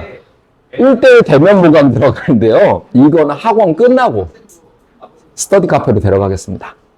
스터디 카페는 다행히 새벽까지도 가능하더라고요. 근데 애들한테 제가 하는 얘기지만 어머님도 학생도 아버님도 다 아셨으면 하는 게 경제적으로 따지면요. 저의 1시간과 학생들의 1시간은 분명히 가치가 다를 거예요. 근데 저 그 시간 그 학생 위해서 쓰겠다고요. 물론 11시, 12시까지 공부시키는 게 마냥 좋은 것만은 아니지만 저도 피곤하지만 수업 다 끝내놓고 그 시간 활용해서 점검하면서 계속 데려가면서 볼 거거든요. 근데 과제가 다 돼 있거나 이러면 저를 또 봐야 될 이유는 없어요. 너무너무 잘하는 친구는 격려를 해줘야 될 거고 미흡하거나 모자란 친구라면 내가 그걸 채워주면 되는 거니까. 근데 그 시간은 법률상 10시까지밖에 수업이 안 되기 때문에 학원문 걸어 잠그면서까지 공부시키고 싶은 생각 없어요. 범법을 저지르면서까지 교육하고 싶은 생각은 없어요. 근데 너무 좋거든. 스터디 카페가 있더라고요, 세상에. 그래서 거기로 데려가서 공부를 좀 시키도록 하겠습니다. 그리고 애들이 좋아하는 것 중에 제가 만든 직접 모의고사가 있어요. 시험 유형하고 똑같이 만든 모의고사. 근데 애들이 이름을 이렇게 지어줬어요. 조의고사라고. 뭐하죠? 근데 나쁜 의미는 아니에요. 뭐 조의를 표하거나 이런 건 아니래요. 근데 조의고사라고 이렇게 지어줬는데 이거 인기가 되게 좋아요. 왜냐하면 시험 때 나올 법한 것만 딱 정리해주고 이것만 풀면 더 이상 영어 공부하지 마! 라고 얘기하거든요. 대신에 아침에 일어나서 학교 갈 때 단어만 좀 훑어보고 가 라고 얘기를 하거든요. 그랬더니 집에 가서까지 영어로 공부하는 친구는 없어요. 심지어 내일 영어 한 과목만 보는데 집에서 더 보는 없습니다. 정말 화가 나요. 근데 그런 애들을 벌써 배적은 몇십 년을 봤어요. 그렇기 때문에 아예 학원에서 끝낼 수 있게 한 4-5시간 안에 시험 범위 전체를 다 훑어보고 집에 가서는 좀 먹고 좀 쉬다가 단어만 좀 공부할 수 있게끔 그렇게 해서 시험 마지막 정리해 줄 거고요. 제가 수업을 하다 보면 1대1 수업에 그러니까 좀 영어를 어려워하는 친구들도 배제는 있어요. 수학은 정말 타고난데 영어는 정말 하기도 싫어하고 막 이런 친구들도 있어요. 자, 그래서 제가 선생님 한 분을 모셨어요. 실제로. 그래서 이분은 1대1로만 수업을 봐주실 겁니다. 근데 이건 신청하는 애들한테서만 해줄 거고 돈 안 받아요. 돈은 제가 냅니다. 그냥 학생들은 배우고자 하는 마음만 있으면 대단히 강의 수업이 조금 본인한테는 좀 버겁거나 이해가 안 되는 부분이라면 여기로 가서 문법 위주로 공부를 좀 그 범위를 다시 훑어보는 시간입니다. 그래서 이거는 제가 요일하고 시간을 학생들한테 안내해 줄 거예요. 매일매일 계시는 선생님은 아니니까. 근데 이분이 오셔서 1대1 한 2시간 정도 봐주실 겁니다. 제가 수업을 일단 나가고요. 그 수업 진도 범위랑 맞춰서 아이가 너무 어려워한다든가 문법이나 이런 게 조금 약하다든가 이러면 그걸 따로 봐주는 선생님이 있으니까 애써 따로 막 과외 선생님을 따로 초빙해서 또 공부까지 시키실 필요는 없어요. 일단 제 아이가 되면 일단 제가 알아서 지지고 볶고 다 할 거니까 그러고도 안 되면 제가 어머님 아버님한테 헬프를 요청할 겁니다. 집에서 이런 거 좀 봐주세요 라고 얘기를 할 건데 사실 봐달라는 얘기 잘 하지 않아요. 왜냐하면 그렇게 얘기하면 꼭 집안에서 불화의 씨앗이 되더라고요. 어떤 느낌인지 아시죠? 네. 아이들은 이렇게 잔소리를 듣고 막 이러다 보니까 괜히 엄마랑 아들 사이가 틀어지기만 하더라고요. 그래서 되도록이면 제가 다 알아서 하겠습니다. 항상 배제고를 만날 때쯤 되면 설렙니다. 신입생이라서 그런 것도 있고요. 아직은 못 모르는 애들의 그 표정이 너무 귀여울 때도 있고요. 사실은. 중학교 때까지는 가장 형이었을 텐데 고등학교 올라가면 또 가장 또 후배가 되잖아요. 그때 그 긴장감과 어리버리함과 이게 너무 귀여울 때가 있어요. 마치 병장에 있는 사람이 이등병을 볼 때 그 기분이랑 똑같아요. 애기애기한 거. 근데 그 애들이 한 1년만 지나도 벌써 아저씨같이 변해요. 징그럽게. 근데 아이들이랑 항상 고1 때 시작을 해서 고3까지 제가 쭉 끌고 가는데요. 올해도 이제 고3까지 다 끝마쳤고 오늘 수시 발표 나서 결과 나왔는데 배제고에서는 그렇게 승전보가 크게 늘리진 않았고요. 다른 학교들이, 여타의 학교들이 또 이렇게 잘 보는 친구들은 있더라고요. 배제고가 확실한 거는 영어 시험 때문에 최저를 못 맞추진 않았습니다. 그거 이번에 영어 시험 정말 잘 봤어요, 애들이. 이제 이번에 3.4%도 안 되는 3% 좀 넘는 퍼센테이지였지만 제 수업은 성공했습니다. 그게 아주 뿌듯해요. 2등급이었다는 걸 1등급으로 딱 끝내더라고요. 90.1등급도 있어요. 96.1등급도 있어요. 근데 걔가 항상 86점, 84점 이렇게 맞았던 애예요. 오히려 수능 때 잘 본 친구들이 있거든요. 그것도 따지면 뭐 시험 운도 있는 거예요. 그죠? 그래서 항상 고1부터 시작하면 제가 고3까지 쭉 가르치게 될 거고요. 저는 수업이 지금 보면 아시겠지만 웃겨요. 막 박장대소 할 정도는 아니지만 영어를 좋아하는 남학생이 세상에 어디 있습니까? 없습니다. 언어인데 재미없고 지루하거든요. 근데 수업은 티키타카가 되고 안 졸리게끔 수업만 진행해도 애들이 얻어가는 건 많아요. 그리고 애들의 마음을 막 다치게 하면서까지 수업을 하지도 않을 뿐더러 어르고 달래고 먹이고 입히고 하면서 제가 진행해 나갈 거니까 믿고 맡겨주시면 또 제가 좋은 결과 또 보답하겠습니다. 혹시 질문 있으십니까? 없으시네요. 자, 없으시면 마치겠습니다. 네, 시작하겠습니다. 저는 국어 강사 배일권이라고 합니다. 네. 현재 서울 아카데미에서 이제 국어 수업하고 있고요. 배제고 전담하고 있고 강동고 전담하고 있고 이렇게 이제 수업을 하고 있습니다. 내신 등급제에 대해서는 들으셔서 아실 테라서 길게 제가 설명은 드리지 않을 거고요. 간단하게만 이제 요약해서 말씀드리면 기존 이제 내신 5등급 체제에서 5등급 체제로 이제 올해부터 바뀌었잖아요. 이제 예비고 학생들은 내년에 이제 2년차가 되는데 기존에 이제 5등급 체제에서 1, 2등급이었던 학생들이 새로운 5등급 체제에서는 1등급으로 묶이게 되고요. 기존 9등급 체제에서 3등급 학생들과 4등급 학생들의 상당수가 이제 2등급으로 묶이게 됩니다. 그래서 제가 올해 초에 설명회 할 때 이제 말씀드렸던 게 이러한 변화가 생기면 가장 중요한 게 뭐냐 2등급의 가치의 하락이다. 그래서 기존에는 사실 이제 저희가 1등급을 목표로 하지만 아쉽게 이제 2등급이 나왔을 때 아쉽게 2등급이 나왔네 이렇게 이제 얘기할 수 있는 상황이라고 한다면 이제 바뀐 5등급 체제에서 이제 2등급이 나와버리면 아쉽게 2등급이 나왔네라고 얘기하기엔 좀 어렵다는 거죠. 그러니까 그만큼 2등급의 가치가 이제 좀 많이 하락을 했고요. 물론 이제 배제고가 굉장히 이제 이름 있는 학교이지만 어쨌든 이 내신을 이용해서 수시를 지원하려고 하면 특히 이제 서울 소재 상위권 대학을 목표로 한다고 한다면 결국 이 1점대 내신을 가지고 있어야 된단 말이죠. 그래서 이제 예비고일들도 내년에 내신 올라가서 결국 내가 1등급으로 들어가느냐 1등급으로 나오느냐 이제 아마 그 싸움을 이제 하게 될 것 같고요. 실제로 올해 이제 예상했던 것처럼 요 1, 2등급 경계 사이에서 경쟁이 굉장히 치열합니다. 굉장히 촘촘하게 있어요. 이 아이들, 이 차이들. 그래서 예비고일 학생들도 내년에 올라가면 어떻게든 이제 요 1등급 안으로 들어가는 게 어쨌든 중요할 것 같다라는 말씀을 드립니다. 배제고 시험 경향에 대해서만 좀 일단 간단히 말씀드리면요. 1등급 컷은 90점 정도로 잡힙니다, 보통. 근데 시험 난이도에 따라서 뭐 좀 낮아지기도 하고 높아지기도 하니까 확실히 이제 뭐 몇 점이다 이렇게 말씀드릴 수는 없지만 대략 80점 후반 정도에 잡히고요. 그 말인즉슨 많이 시험이 어렵진 않다는 얘기입니다. 네, 인근의 다른 고등학교 같은 경우에는 1등급 컷이 70점에 잡히는 경우도 있어요. 뭐 69.5점 이렇게 잡히는 경우도 있는데 배제고 같은 경우에는 1등급 컷이 그렇게 이제 낮거나 그렇게 어렵진 않다. 그래서 많이 어려운 시험은 아니다 이렇게 말씀드리고요. 근데 시험 범위가 많습니다. 예를 들어서 인근의 이제 타학교 같은 경우에는 보통 이제 중간고사랑 기말고사 범위가 구분이 되거든요. 그러니까 중간고사 범위가 이제 의문의 변동이었으면 사실 얘가 기말고사에 들어오진 않는 거죠. 그래서 기말고사는 이제 그 뒤에 범위가 이제 시험 범위로 들어오는데 배제 같은 경우에는 일단 중간고사 범위 자체도 타학교보다 일단 많죠. 중간고사 범위 자체도 많은데 문제는 뭐냐면 기말고사로 오면 중간고사의 범위가 그대로 들어옵니다.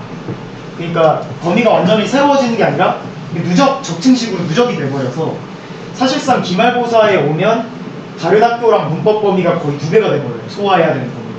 그래서 시험 범위가 일단 기본적으로 많고 근데 어쨌든 또 열심히 해서 소화를 하더라고요. 네, 어쨌든 시험 범위는 많습니다.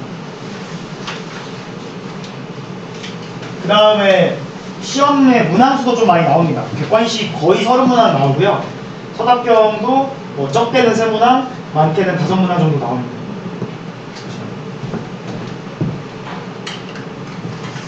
그래서 제가 이제 1등급 컷이 80점 후반에 이제 잡힌다고 말씀드렸잖아요. 그래서 보통 객관식 한 4문항 정도 그 정도 틀리면 1등급 안으로 들어갈 수 있다 이렇게 생각을 하시면 될 것 같습니다.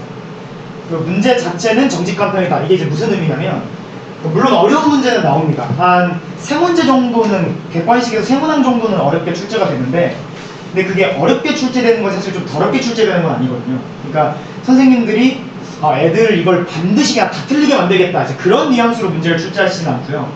아이들이 느끼기에도 이거는 어렵게 나온 거다. 그러니까 내가 어느 정도 궤도에 올라가면 어느 정도 실력이 되면 맞출 수 있는 문제다 이렇게 받아들일 수 있을 정도의 문제라는 얘기죠.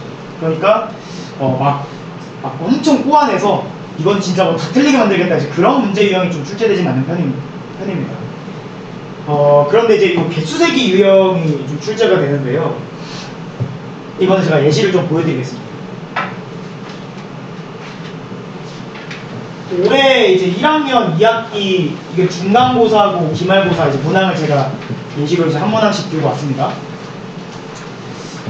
이거 보시면요, 이 6번 문항을 보시면 일단 보기가 좀 길죠. 그러니까 저희가 생각했을 때 보기는 보통 기역, 니은, 디귿, 리을, 미음까지 있거든요. 근데 비읍, 시옷까지 있죠. 그러니까 보기에서 일단 처리해야 되는 것들이 5개가 아니라 7개입니다. 그리고 이 문제 유형을 잘 보시면 지금 피도 표현이 사용된 문장의 개수를 지금 물어봤잖아요. 이거를 이제 개수세기 유형이라고 제가 말씀드리는 건데 이게 무슨 문제가 생기냐면 예를 들어서 실제로 학생이 시험 때 문제를 풀 때 기역, 뭐 니은, 디귿, 리을, 미음을 다 처리했다라고 가정하겠습니다. 그리고 비읍은 틀리다라고 이제 학생이 판단을 했습니다. 그리고 마지막 시옷이 하나 남았잖아요. 그런데 얘가 처리가 안 됩니다. 그럼 무슨 일이 생기냐면요, 정답이 안 나와요. 그러니까 얘 하나 처리를 못하면 정답이 5개가 될 수도 있고 6개가 될 수도 있죠. 그러니까 여기서 이제 죽음의 기선다가 걸려버리는 거죠. 그러니까 이 문제 유형이 보기에서 처리해야 되는 이 선지도 많지만 모든 선지를 결국 다 완벽하게 처리해야만 정답이 나오게끔 설계되어 있는 문제입니다. 그러니까 만약에 내가 중간에 특정 이 하나를 처리를 못한다? 바로 이지선다가 나와버리죠. 아니면 삼지선다가 나올 수도 있고. 그래서 이런 유형들이 한 3문항 정도가 출제가 되기 때문에 이제 아무래도 아이들이 시험에 볼 때 시간적인 부담을 좀 많이 느낍니다. 이번 기말고사에도 역시 이제 그런 문항이 세 문제 출제됐습니다. 바로 엊그저께 본 시험 말씀드리는 겁니다. 그래서 이런 문제 유형들이 좀 출제되고요. 그 다음에는 시험 범위도 많지만 시험 범위 외에 외부 지문도 출제됩니다. 그래서 보통 뭐 독서 하나, 그러니까 비문학 하나, 문학 하나 이런 식으로 아예 이제 학생들 입장에서 처음 보는 지문들을 이제 중간고사, 기말고사 때 두 지문 정도 만나야 됩니다. 물론 이제 그걸 뭐 엄청 어렵게 출제하진 않는다고 해도 시간적 부담을 많이 느낄 수밖에 없죠. 그래서 엊그저께 이제 배재고등학교 1학년 국어 시험이 있었는데 그날 이제 시험 끝나자마자 이제 학생들이 전화를 하는 친구들이 있거든요. 전화해서 이제 학생 한 명이 처음 하는 한마디가 선생님 시간이 너무 부족했어요 이 얘기를 하더라고요. 그래서 문항 처리해야 되는 문항 수도 많고 개수제기 유형처럼 시간이 오래 딜레이 되는 문항들도 있고 거기에 이제 낯선 지문들도 처리를 해야 되다 보니까 이제 시간 말이죠. 그래서 이제 예비고일들도 내년에 내신 올라가서 결국 내가 1등급으로 들어가느냐 1등급으로 나오느냐 이제 아마 그 싸움을 이제 하게 될 것 같고요. 실제로 이제 예상했던 것처럼 요 1, 2등급 경계 사이에서 경쟁이 굉장히 치열합니다. 굉장히 촘촘하게 있어요. 시간이 굉장히 좀 부족하죠. 네. 그런 이제 경향을 좀 갖고 있습니다. 올해 이제 제 수업을 들었던 이제 학생들의 사례를 좀 말씀드리고 싶은데, 일단 요 A군이라는 학생은 인근 이제 다른 학원의 대형 강의를 좀 들었던 학생입니다. 그래서 보통 뭐 한 30명 정도의 수업을 들었던 친구고요. 그러니까 1학기 중간고사 때 이제 대형 강의를 들었던 거죠. 그런데 이제 거기서 어쨌든 본인이 만족할 만한 이제 1등급이 나오지 않아가지고 1학기 중간고사 끝나고 이제 이동한 케이스고, 그리고 와서 이제 제 수업에 들어왔는데 이 학생이 가장 강력하게 필요로 했던 게 질문이었어요. 그래서 이제 제가 사실은 이제 학생들이 질문하는 거 굉장히 좋아하거든요. 어쨌든 저는 질문, 아이들이 공부하고 고민을 한 흔적이라고 생각하기 때문에 질문하는 걸 굉장히 좋아하는데 근데 제가 좀 버거울 만큼 질문을 정말 많이 했어요. 그래도 어쨌든 제가 성심성의껏 잘 받아줬고요. 1학기 기말고사 때 이제 본인이 벽을 뚫고 1등을 받았습니다. 그래서 결국은 이제 이 벽이 있는데 그 벽을 이제 결국 뚫었고요. 기말고사 이제 끝나고 이제 저한테 이제 연락이 와서 하는 얘기가 기말고사를 준비하면서 너무 행복했었다 얘기를 하더라고요. 본인이 원하는 것들, 내가 정말 끊임없이 확인하고 싶은데 선생님 제가 여기에 대해서 이렇게 이해하는 게 맞나요? 그러니까 맨날 저한테 그런 식으로 물었거든요. 그러니까 이게 뭐예요? 이게 아니라 선생님 저 이거 좀 들어보세요. 제가 이거 이렇게 풀었고 이렇게 생각했는데 어디가 틀렸어요? 이렇게 물어보는 친구였거든요. 그래서 기말고사 때 결국 좋은 성적을 거두고 저한테 이제 연락이 와서 와 너무 행복했었다 이제 이렇게 얘기를 해서 제가 이제 엄청 뿌듯했던 경험이 좀 있습니다.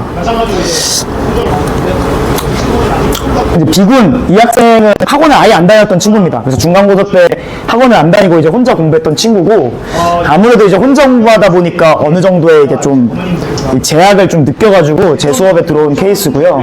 마찬가지로 이제 뭐 성적을 많이 올렸죠. 물론 이 친구는 아직 좀 더 갈 길이 있습니다. 그런데 어쨌든 계속 성장하고 있고 이제 꾸준히 열심히 하고 있는 친구고요. 이 학생들의 이제 사례를 말씀드리는 게, 제가 이제 어머님들 그리고 아버님들께 뭐 제 수업 들으면 무조건 성적을 올릴 수 있다 그렇게 말씀드리는 게 아니고, 적어도 누군가에게는, 그러니까 예를 들어서 뭐 대형 강의를 들었지만 뭐 효과가 없었던 누군가에게, 또 독학을 하다가 뭔가 힘이 붙인 누군가에게는 또 제 수업이 도움이 될 수 있을 수 있다 이렇게 말씀을 드리는 겁니다.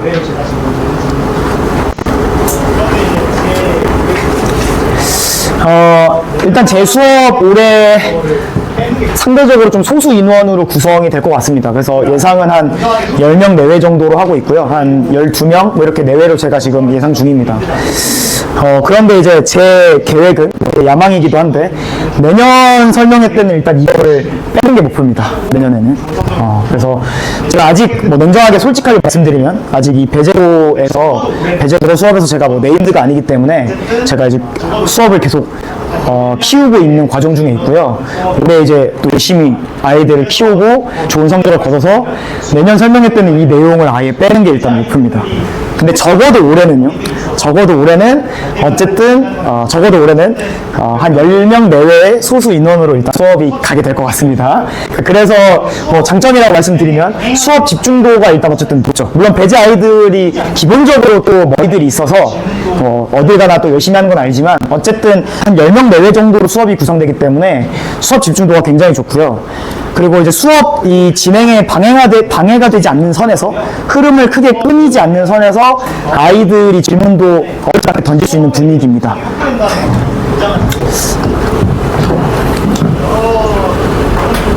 그리고 이제 제가 직접 뭐 질의응답 다 하고요. 또 수업 내용에 대한 점검, 클리닉도 다 하기 때문에 수업의 이제 연속성이 확보된다는 건 저는 굉장한 장점이라고 생각을 합니다. 그래서 또 여러 이제 뭐 선생님들의 말을 통해서 서로 이야기가 달라서 생긴 어떤 혼란 같은 건 전 없을 거라고 자신하고 있고요. 그리고 사실은 제가 재종반에 좀 오래 있었습니다. 그러니까 재수종합학원에 좀 오래 있었고요. 한 2년 정도 있었습니다.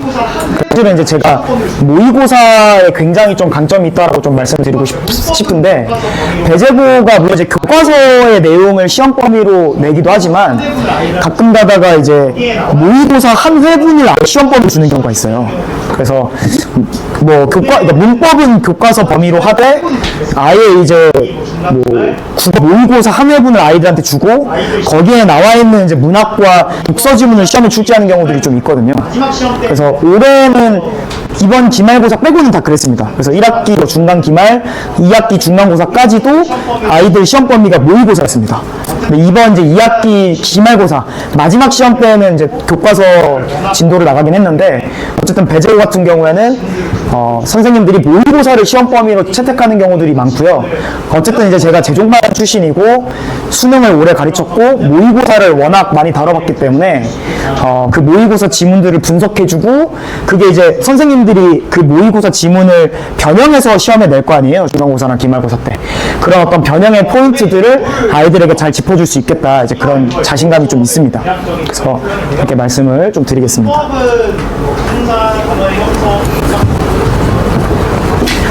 올해 이제 겨울 수업, 이제 1월, 2월 겨울 수업의 이제 대략적인 커리큘럼인데요. 문법은 뭐 품사, 단어의 형성, 문장 성분, 의문, 아주 굵직한 단원들의 대략적인 흐름을 한번 잡는 게 목표입니다. 실제로 겨울에 이 문법 굵직한 단원들의 개념을 한번 잡은 친구랑 3월부터 이제 시작하는 친구랑 유의미한 차이가 실제로 납니다. 문법 같은 경우에는. 문법은 진짜 반복적인 학습이 굉장히 중요하기 때문에 아이들이 결국 한두 번 해서는 개념이 확실히 잡히진 않거든요. 그래서 문법 같은 경우에는 겨울에 한두 번 초벌을 한 친구와 이제 3월 달부터 한 친구의 차이가 좀 유의미하게 나고 있다고 생각하고요. 문학 독서는 사실은 이제 또 시간이 엄청 많지는 않기 때문에 조금 선택과 집중을 해야 될 것 같고요. 문학 같은 경우에는 요 고전시나 현대시, 그러니까 시문학 위주에 집중을 하고 수업을 진행하려고 합니다. 그래서 고전시 같은 경우에는 제일 대표적인 주제들이죠. 뭐 강호 가도, 그러니까 자연에서 뭐 여유롭게 노는 그런 시가들, 아니면 연정, 딤과 이별에서 뭐 슬퍼하는 시조들, 그러니까 그런 대표적인 두 주제, 강호가도와 연정 두 주제를 다루고 그거의 이제 대표 작품을 다룰 거고요. 현대시 같은 경우에는 이제 현대시의 가장 기본적인 파악 방법, 현대시를 만났을 때 화자가 처한 상황은 어떤 상황이고 거기서 화자가 어떤 정서를 느끼고 있느냐, 그런 어떤 방법론적인 얘기들을 좀 하게 될 겁니다. 그리고 아까 제가 말씀드렸잖아요. 배제고 같은 경우에는 시험 범위 외에 외부 지문도 나온다고 말씀을 드렸잖아요. 그래서 낯선 시를, 내가 처음 보는 낯선 시를 파악할 수 있는 훈련들도 진행을 할 거고요. 그 다음에 이제 독서도 7주차, 8주차, 2주 정도는 독서 수업을 진행할 건데 단순히 어떤 지문을 뭐 분석하고 이해시키는 것도 중요하지만 근본적으로 이 비문학 지문을 만났을 때 글을 어떤 식으로 읽는가의 그 방식, 습관을 잡는 것도 되게 중요하거든요. 그래서 여러 대상들이 나왔을 때 내가 타점을 어떻게 잡아갈 건지, 뭐 일치관계든 대립관계든 포함관계든 뭐 선후관계든 정보들이 많이 폭발적으로 나올 때 그 정보들의 관계를 내가 어떻게 파악할 것이냐, 그런 방법론적인 얘기들, 글을 읽는 방법에 대한 얘기를 조금 하게 될 겁니다. 그래서 문법과 독서, 문학 독서 이렇게 수업이 진행된다는 거 일단 말씀을 드리겠습니다. 통해서 그거를 완성하겠다. 겨울이요, 완성하는 시기는 아니죠. 그러니까 이번 뭐 1월, 2월을 통해서 국어를 완성하겠다, 이제 그런 건 아니고요. 3월부터 이제 배재고등학교 이제 3월에 개학했을 때, 어쨌든 내신에서 좋은 성적을 거둘 수 있도록 또 치고 나갈 수 있도록 튼튼한 기반을 만드는 시기가 저는 겨울이라고 생각을 하거든요. 그래서 문법도 그렇지만 문학도 문법, 문학 둘 다 명확한 그리고 정확한 개념을 학습하는 게 되게 중요한 시기라고 저는 생각을 합니다. 그러니까 아이들이 마음이 좀 급해서 개념을 좀 얕게 보고 빨리 문제로 가서 확인받고 싶어하는 경향이 좀 많거든요. 근데 그거는 제가 봤을 때 지금 이 시기에는 바람직하지 않고요. 어쨌든 3월부터 본인이 갑자기 개념에서 흔들려서 막 주춤하지 않으려면 실제로 3, 4월에 또 고등학교 올라가서 막상 그렇게 부침을 겪는 학생들도 있거든요. 그래서 겨울 동안에 이제 막 문제를 막 엄청 많이 풀겠다, 이제 그런 욕심은 좀 내려놓고 정확하게 흔들리지 않는 개념, 흔들리지 않는 기반을 잡겠다, 이런 걸 이제 목표로 삼았으면 좋겠습니다. 그래서 어떤 학생이 있습니다. 학생 A라는 학생이 있는데 이 학생이 이제 국외음화에 대해서 학습을 하죠. 그래서 국외음화, 어머님들 다 옛날에 이제 국외음화 배웠던 기억 있으실 겁니다. 그래서 국외음화에 대해서 학습을 했습니다. 또 국외음화가 뭐냐, 이 자음, 디귿과 티귿이 지읒과 치읒으로 바뀌어 발음되는 현상이다. 기억나시죠? 자, 이 학생이 이렇게 학습을 했습니다. 그리고 나서 실제 시험 볼 때 이 문항을 만나죠. 밭을은 국외음화가 일어나 밭을로 발음된다. 그러면요, 이 학생이 이렇게 공부를 해둔 학생이라고 한다면요, 이 선지를 보고 유도됩니다. 밭을, 밭을 갈다, 밭을 갈다 되는 것 같은데? 그러면 티귿이 치읒으로 바뀐 거니까 이거 국외음화 맞는 것 같은데? 이렇게 판단을 한다는 거죠. 자, 또 다른 학생이 있습니다. 이 학생은요, 국외음화를 공부하는데 단순히 국외음화가 디귿, 티귿이 지읒, 치읒으로 바뀐다, 이것뿐만 아니라 이 국외음화라는 현상이 명확히 어떤 컨디션에서 어떤 조건에서만 발동되는지를 명확하게 학습한 친구가 있습니다. 그래서 단순히 디귿과 티귿이 지읒, 치읒으로 바뀌는 게 아니라 국외음화는 명확하게 이런 환경이나 조건이 주어졌을 때만 발동된다, 이렇게 정확한 학습을 한 친구가 있는 거죠. 그런 학생이 이 문제를 만나면요, 밭을 국외음화가 일어나서 밭을로 발음된다고? 근데 여기 지금 보면 밭을, 이거 의무음인데? 그러면 국외음화가 일어날 조건이 아예 아닌 거죠, 애초에. 그러니까 이 학생은 본인이 알고 있는 이 개념, 조건에 근거해서 얘는 애초에 국외음화가 발생할 수 없는 환경이라는 걸 알고 X를 쳐버리죠.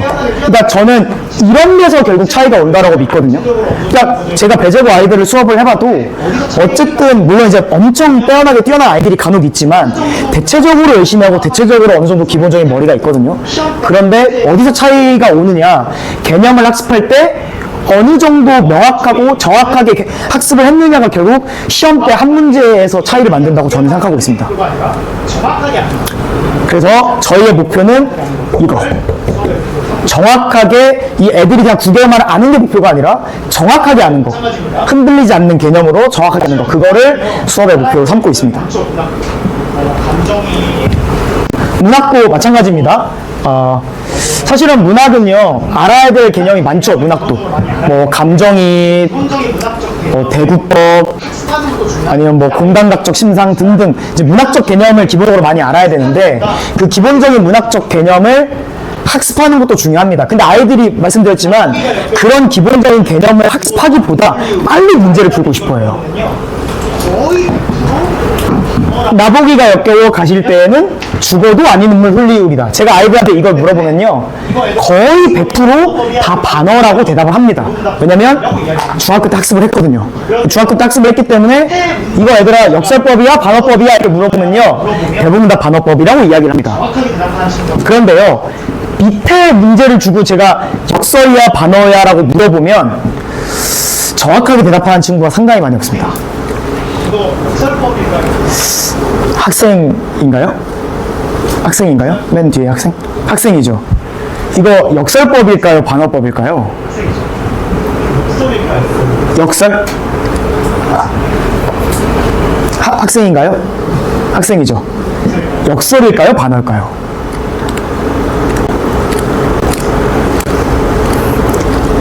역설일까요? 반어일까요? 역설. 실제로 제가 수업 때 물어보면 90% 이상이 역설이라고 대답합니다. 실제로요. 정말 실제로요. 정답은 반어인데 이게 왜 이런 문제가 생기냐면요. 아이들이 반어를 반대로 말한다 이 정도만 알고 있어서 그래요. 그러니까 아이들한테 반어가 뭐야 물어보면 반대로 얘기하는 거예요. 그러니까 아이들이 이걸 딱 봤을 때 뭔가 반대로 얘기하는 것 같진 않거든요. 그러니까 반어법을 지우고 남는 역설을 대답하는 거예요. 그러니까 아이들이 이걸 역설이라고 얘기했을 때 내가 역설의 개념을 이렇게 알고 있으니까 이게 역설이에요 이렇게 대답하는 게 아니라 내가 반어법을 반대로 얘기하는 거라고 알고 있는데 이게 반대로 얘기하는 건 아니기 때문에 반어는 아니니까 역설이겠죠 이렇게 대답을 하는 거거든요. 그러니까 아이들이 기본적인 개념보다는 문제풀이에 집중한다는 게 이제 이런 포인트고요. 이제 정확하게 말씀을 드리겠습니다. 반어법이라는 건요. 정확하게 뭐랑 뭐가 반대되는 거냐면 화자가 그러니까 내가 내면 속에 가지고 있는 의도, 뭐 생각이어도 되고 감정이어도 됩니다. 내가 내면 속에 가지고 있는 것과 겉으로 드러나는 표현이 정확하게 반대면 이게 반어법이 되는 거거든요. 이 개념을 잡고 이 문제를 다시 보면 다르게 보이죠. 나무가 신경증과 불면증에 시달리면서 꽃을 피웠다고 했잖아요. 신경증과 불면증에 시달리는 거 나무의 내면 고통이죠. 신경증과 불면증은 나무가 내적으로 느끼는 고통이잖아요. 그런데 나무는 겉으로는 꽃을 피워버렸죠. 그래서 나무의 내면과 나무의 외면이 정확히 반대로 적용하고 있기 때문에 반어입니다. 이렇게 이제 보통 수업에 설명을 하거든요. 그러니까 이러한 이제 것들을 제가 수업 시간에 자주 물어보는데 기본적으로 아이들이 잘 알지만 명확하게 알고 있느냐라고 물어봤을 때는 조금 비어있는 부분들이 많이 있다 이렇게 말씀을 드리고 싶습니다. 그래서 이런 것들, 이런 포인트들을 놓치지 않고 정확한 개념을 학습하는 거 그게 이제 제 수업의 목표고 이번 겨울의 목표다 이렇게 말씀을 드리는 겁니다. 수업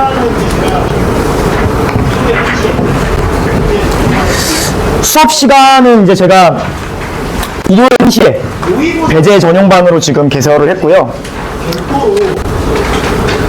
모의고사 같은 경우에는 이거는 이제 별도로 이제 신청을 해야 된다라고 합니다. 학원에서. 그래서 수업과 별개로 이 제 수업 시간과 별개로 학원에 이제 모의고사 신청을 별도로 유료로 이제 할 수 있고요.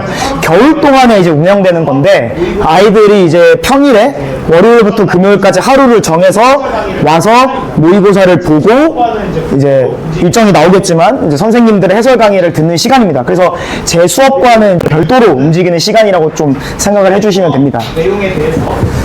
그리고 이제 클리닉 질문은 제 수업 내용에 대해서 아이들이 이제 수업 내용을 어느 정도 이해했는지 점검하고 뭐 테스트도 하고 그런 이제 클리닉 질문 시간이고요. 제가 일단 이렇게 시간 편성을 해놨습니다. 그래서 이때 수업을 듣고 수업을 들은 다음에 복습 열심히 하고 과제 열심히 한 다음에 이 이틀 중에 하루에 와서 점검 받고 이제 뭐 수업 내용 제가 확인할 겸 테스트도 보고 질문 있으면 아이들이 하고 가고 이제 그런 시간입니다. 잘 이용했으면 좋겠고요. 물론 이 외에 언제든지 카톡으로 질문은 언제든지 저한테 직접 가능합니다. 오늘이 강동구 기말고사였거든요. 그래서 제가 어제 4시 반까지 질문 받고 잤습니다. 새벽. 그래서 4시 반까지 마지막 아이한테까지도 질문 오는 거 확인하고 4시 반까지 질문 받고 잤고요. 물론 평소에 그렇게까지 하긴 좀 어렵고요. 어제 이제 시험 기간에서 그렇게 한 거고 어쨌든 이 시간 외에도 언제든지 카톡으로 편하게 질문할 수 있다. 그다음에 대제고 그 다음에 이제 배제고 PPST, 프리스쿨 테스트라고 하죠. 신입생 학력평가가 있는데요. 이거 이제 올해 초에 일정은 이랬습니다. 그래서 1월 말쯤에 1차를 보고 2월 중순쯤에 2차를 보는 일정이었고요.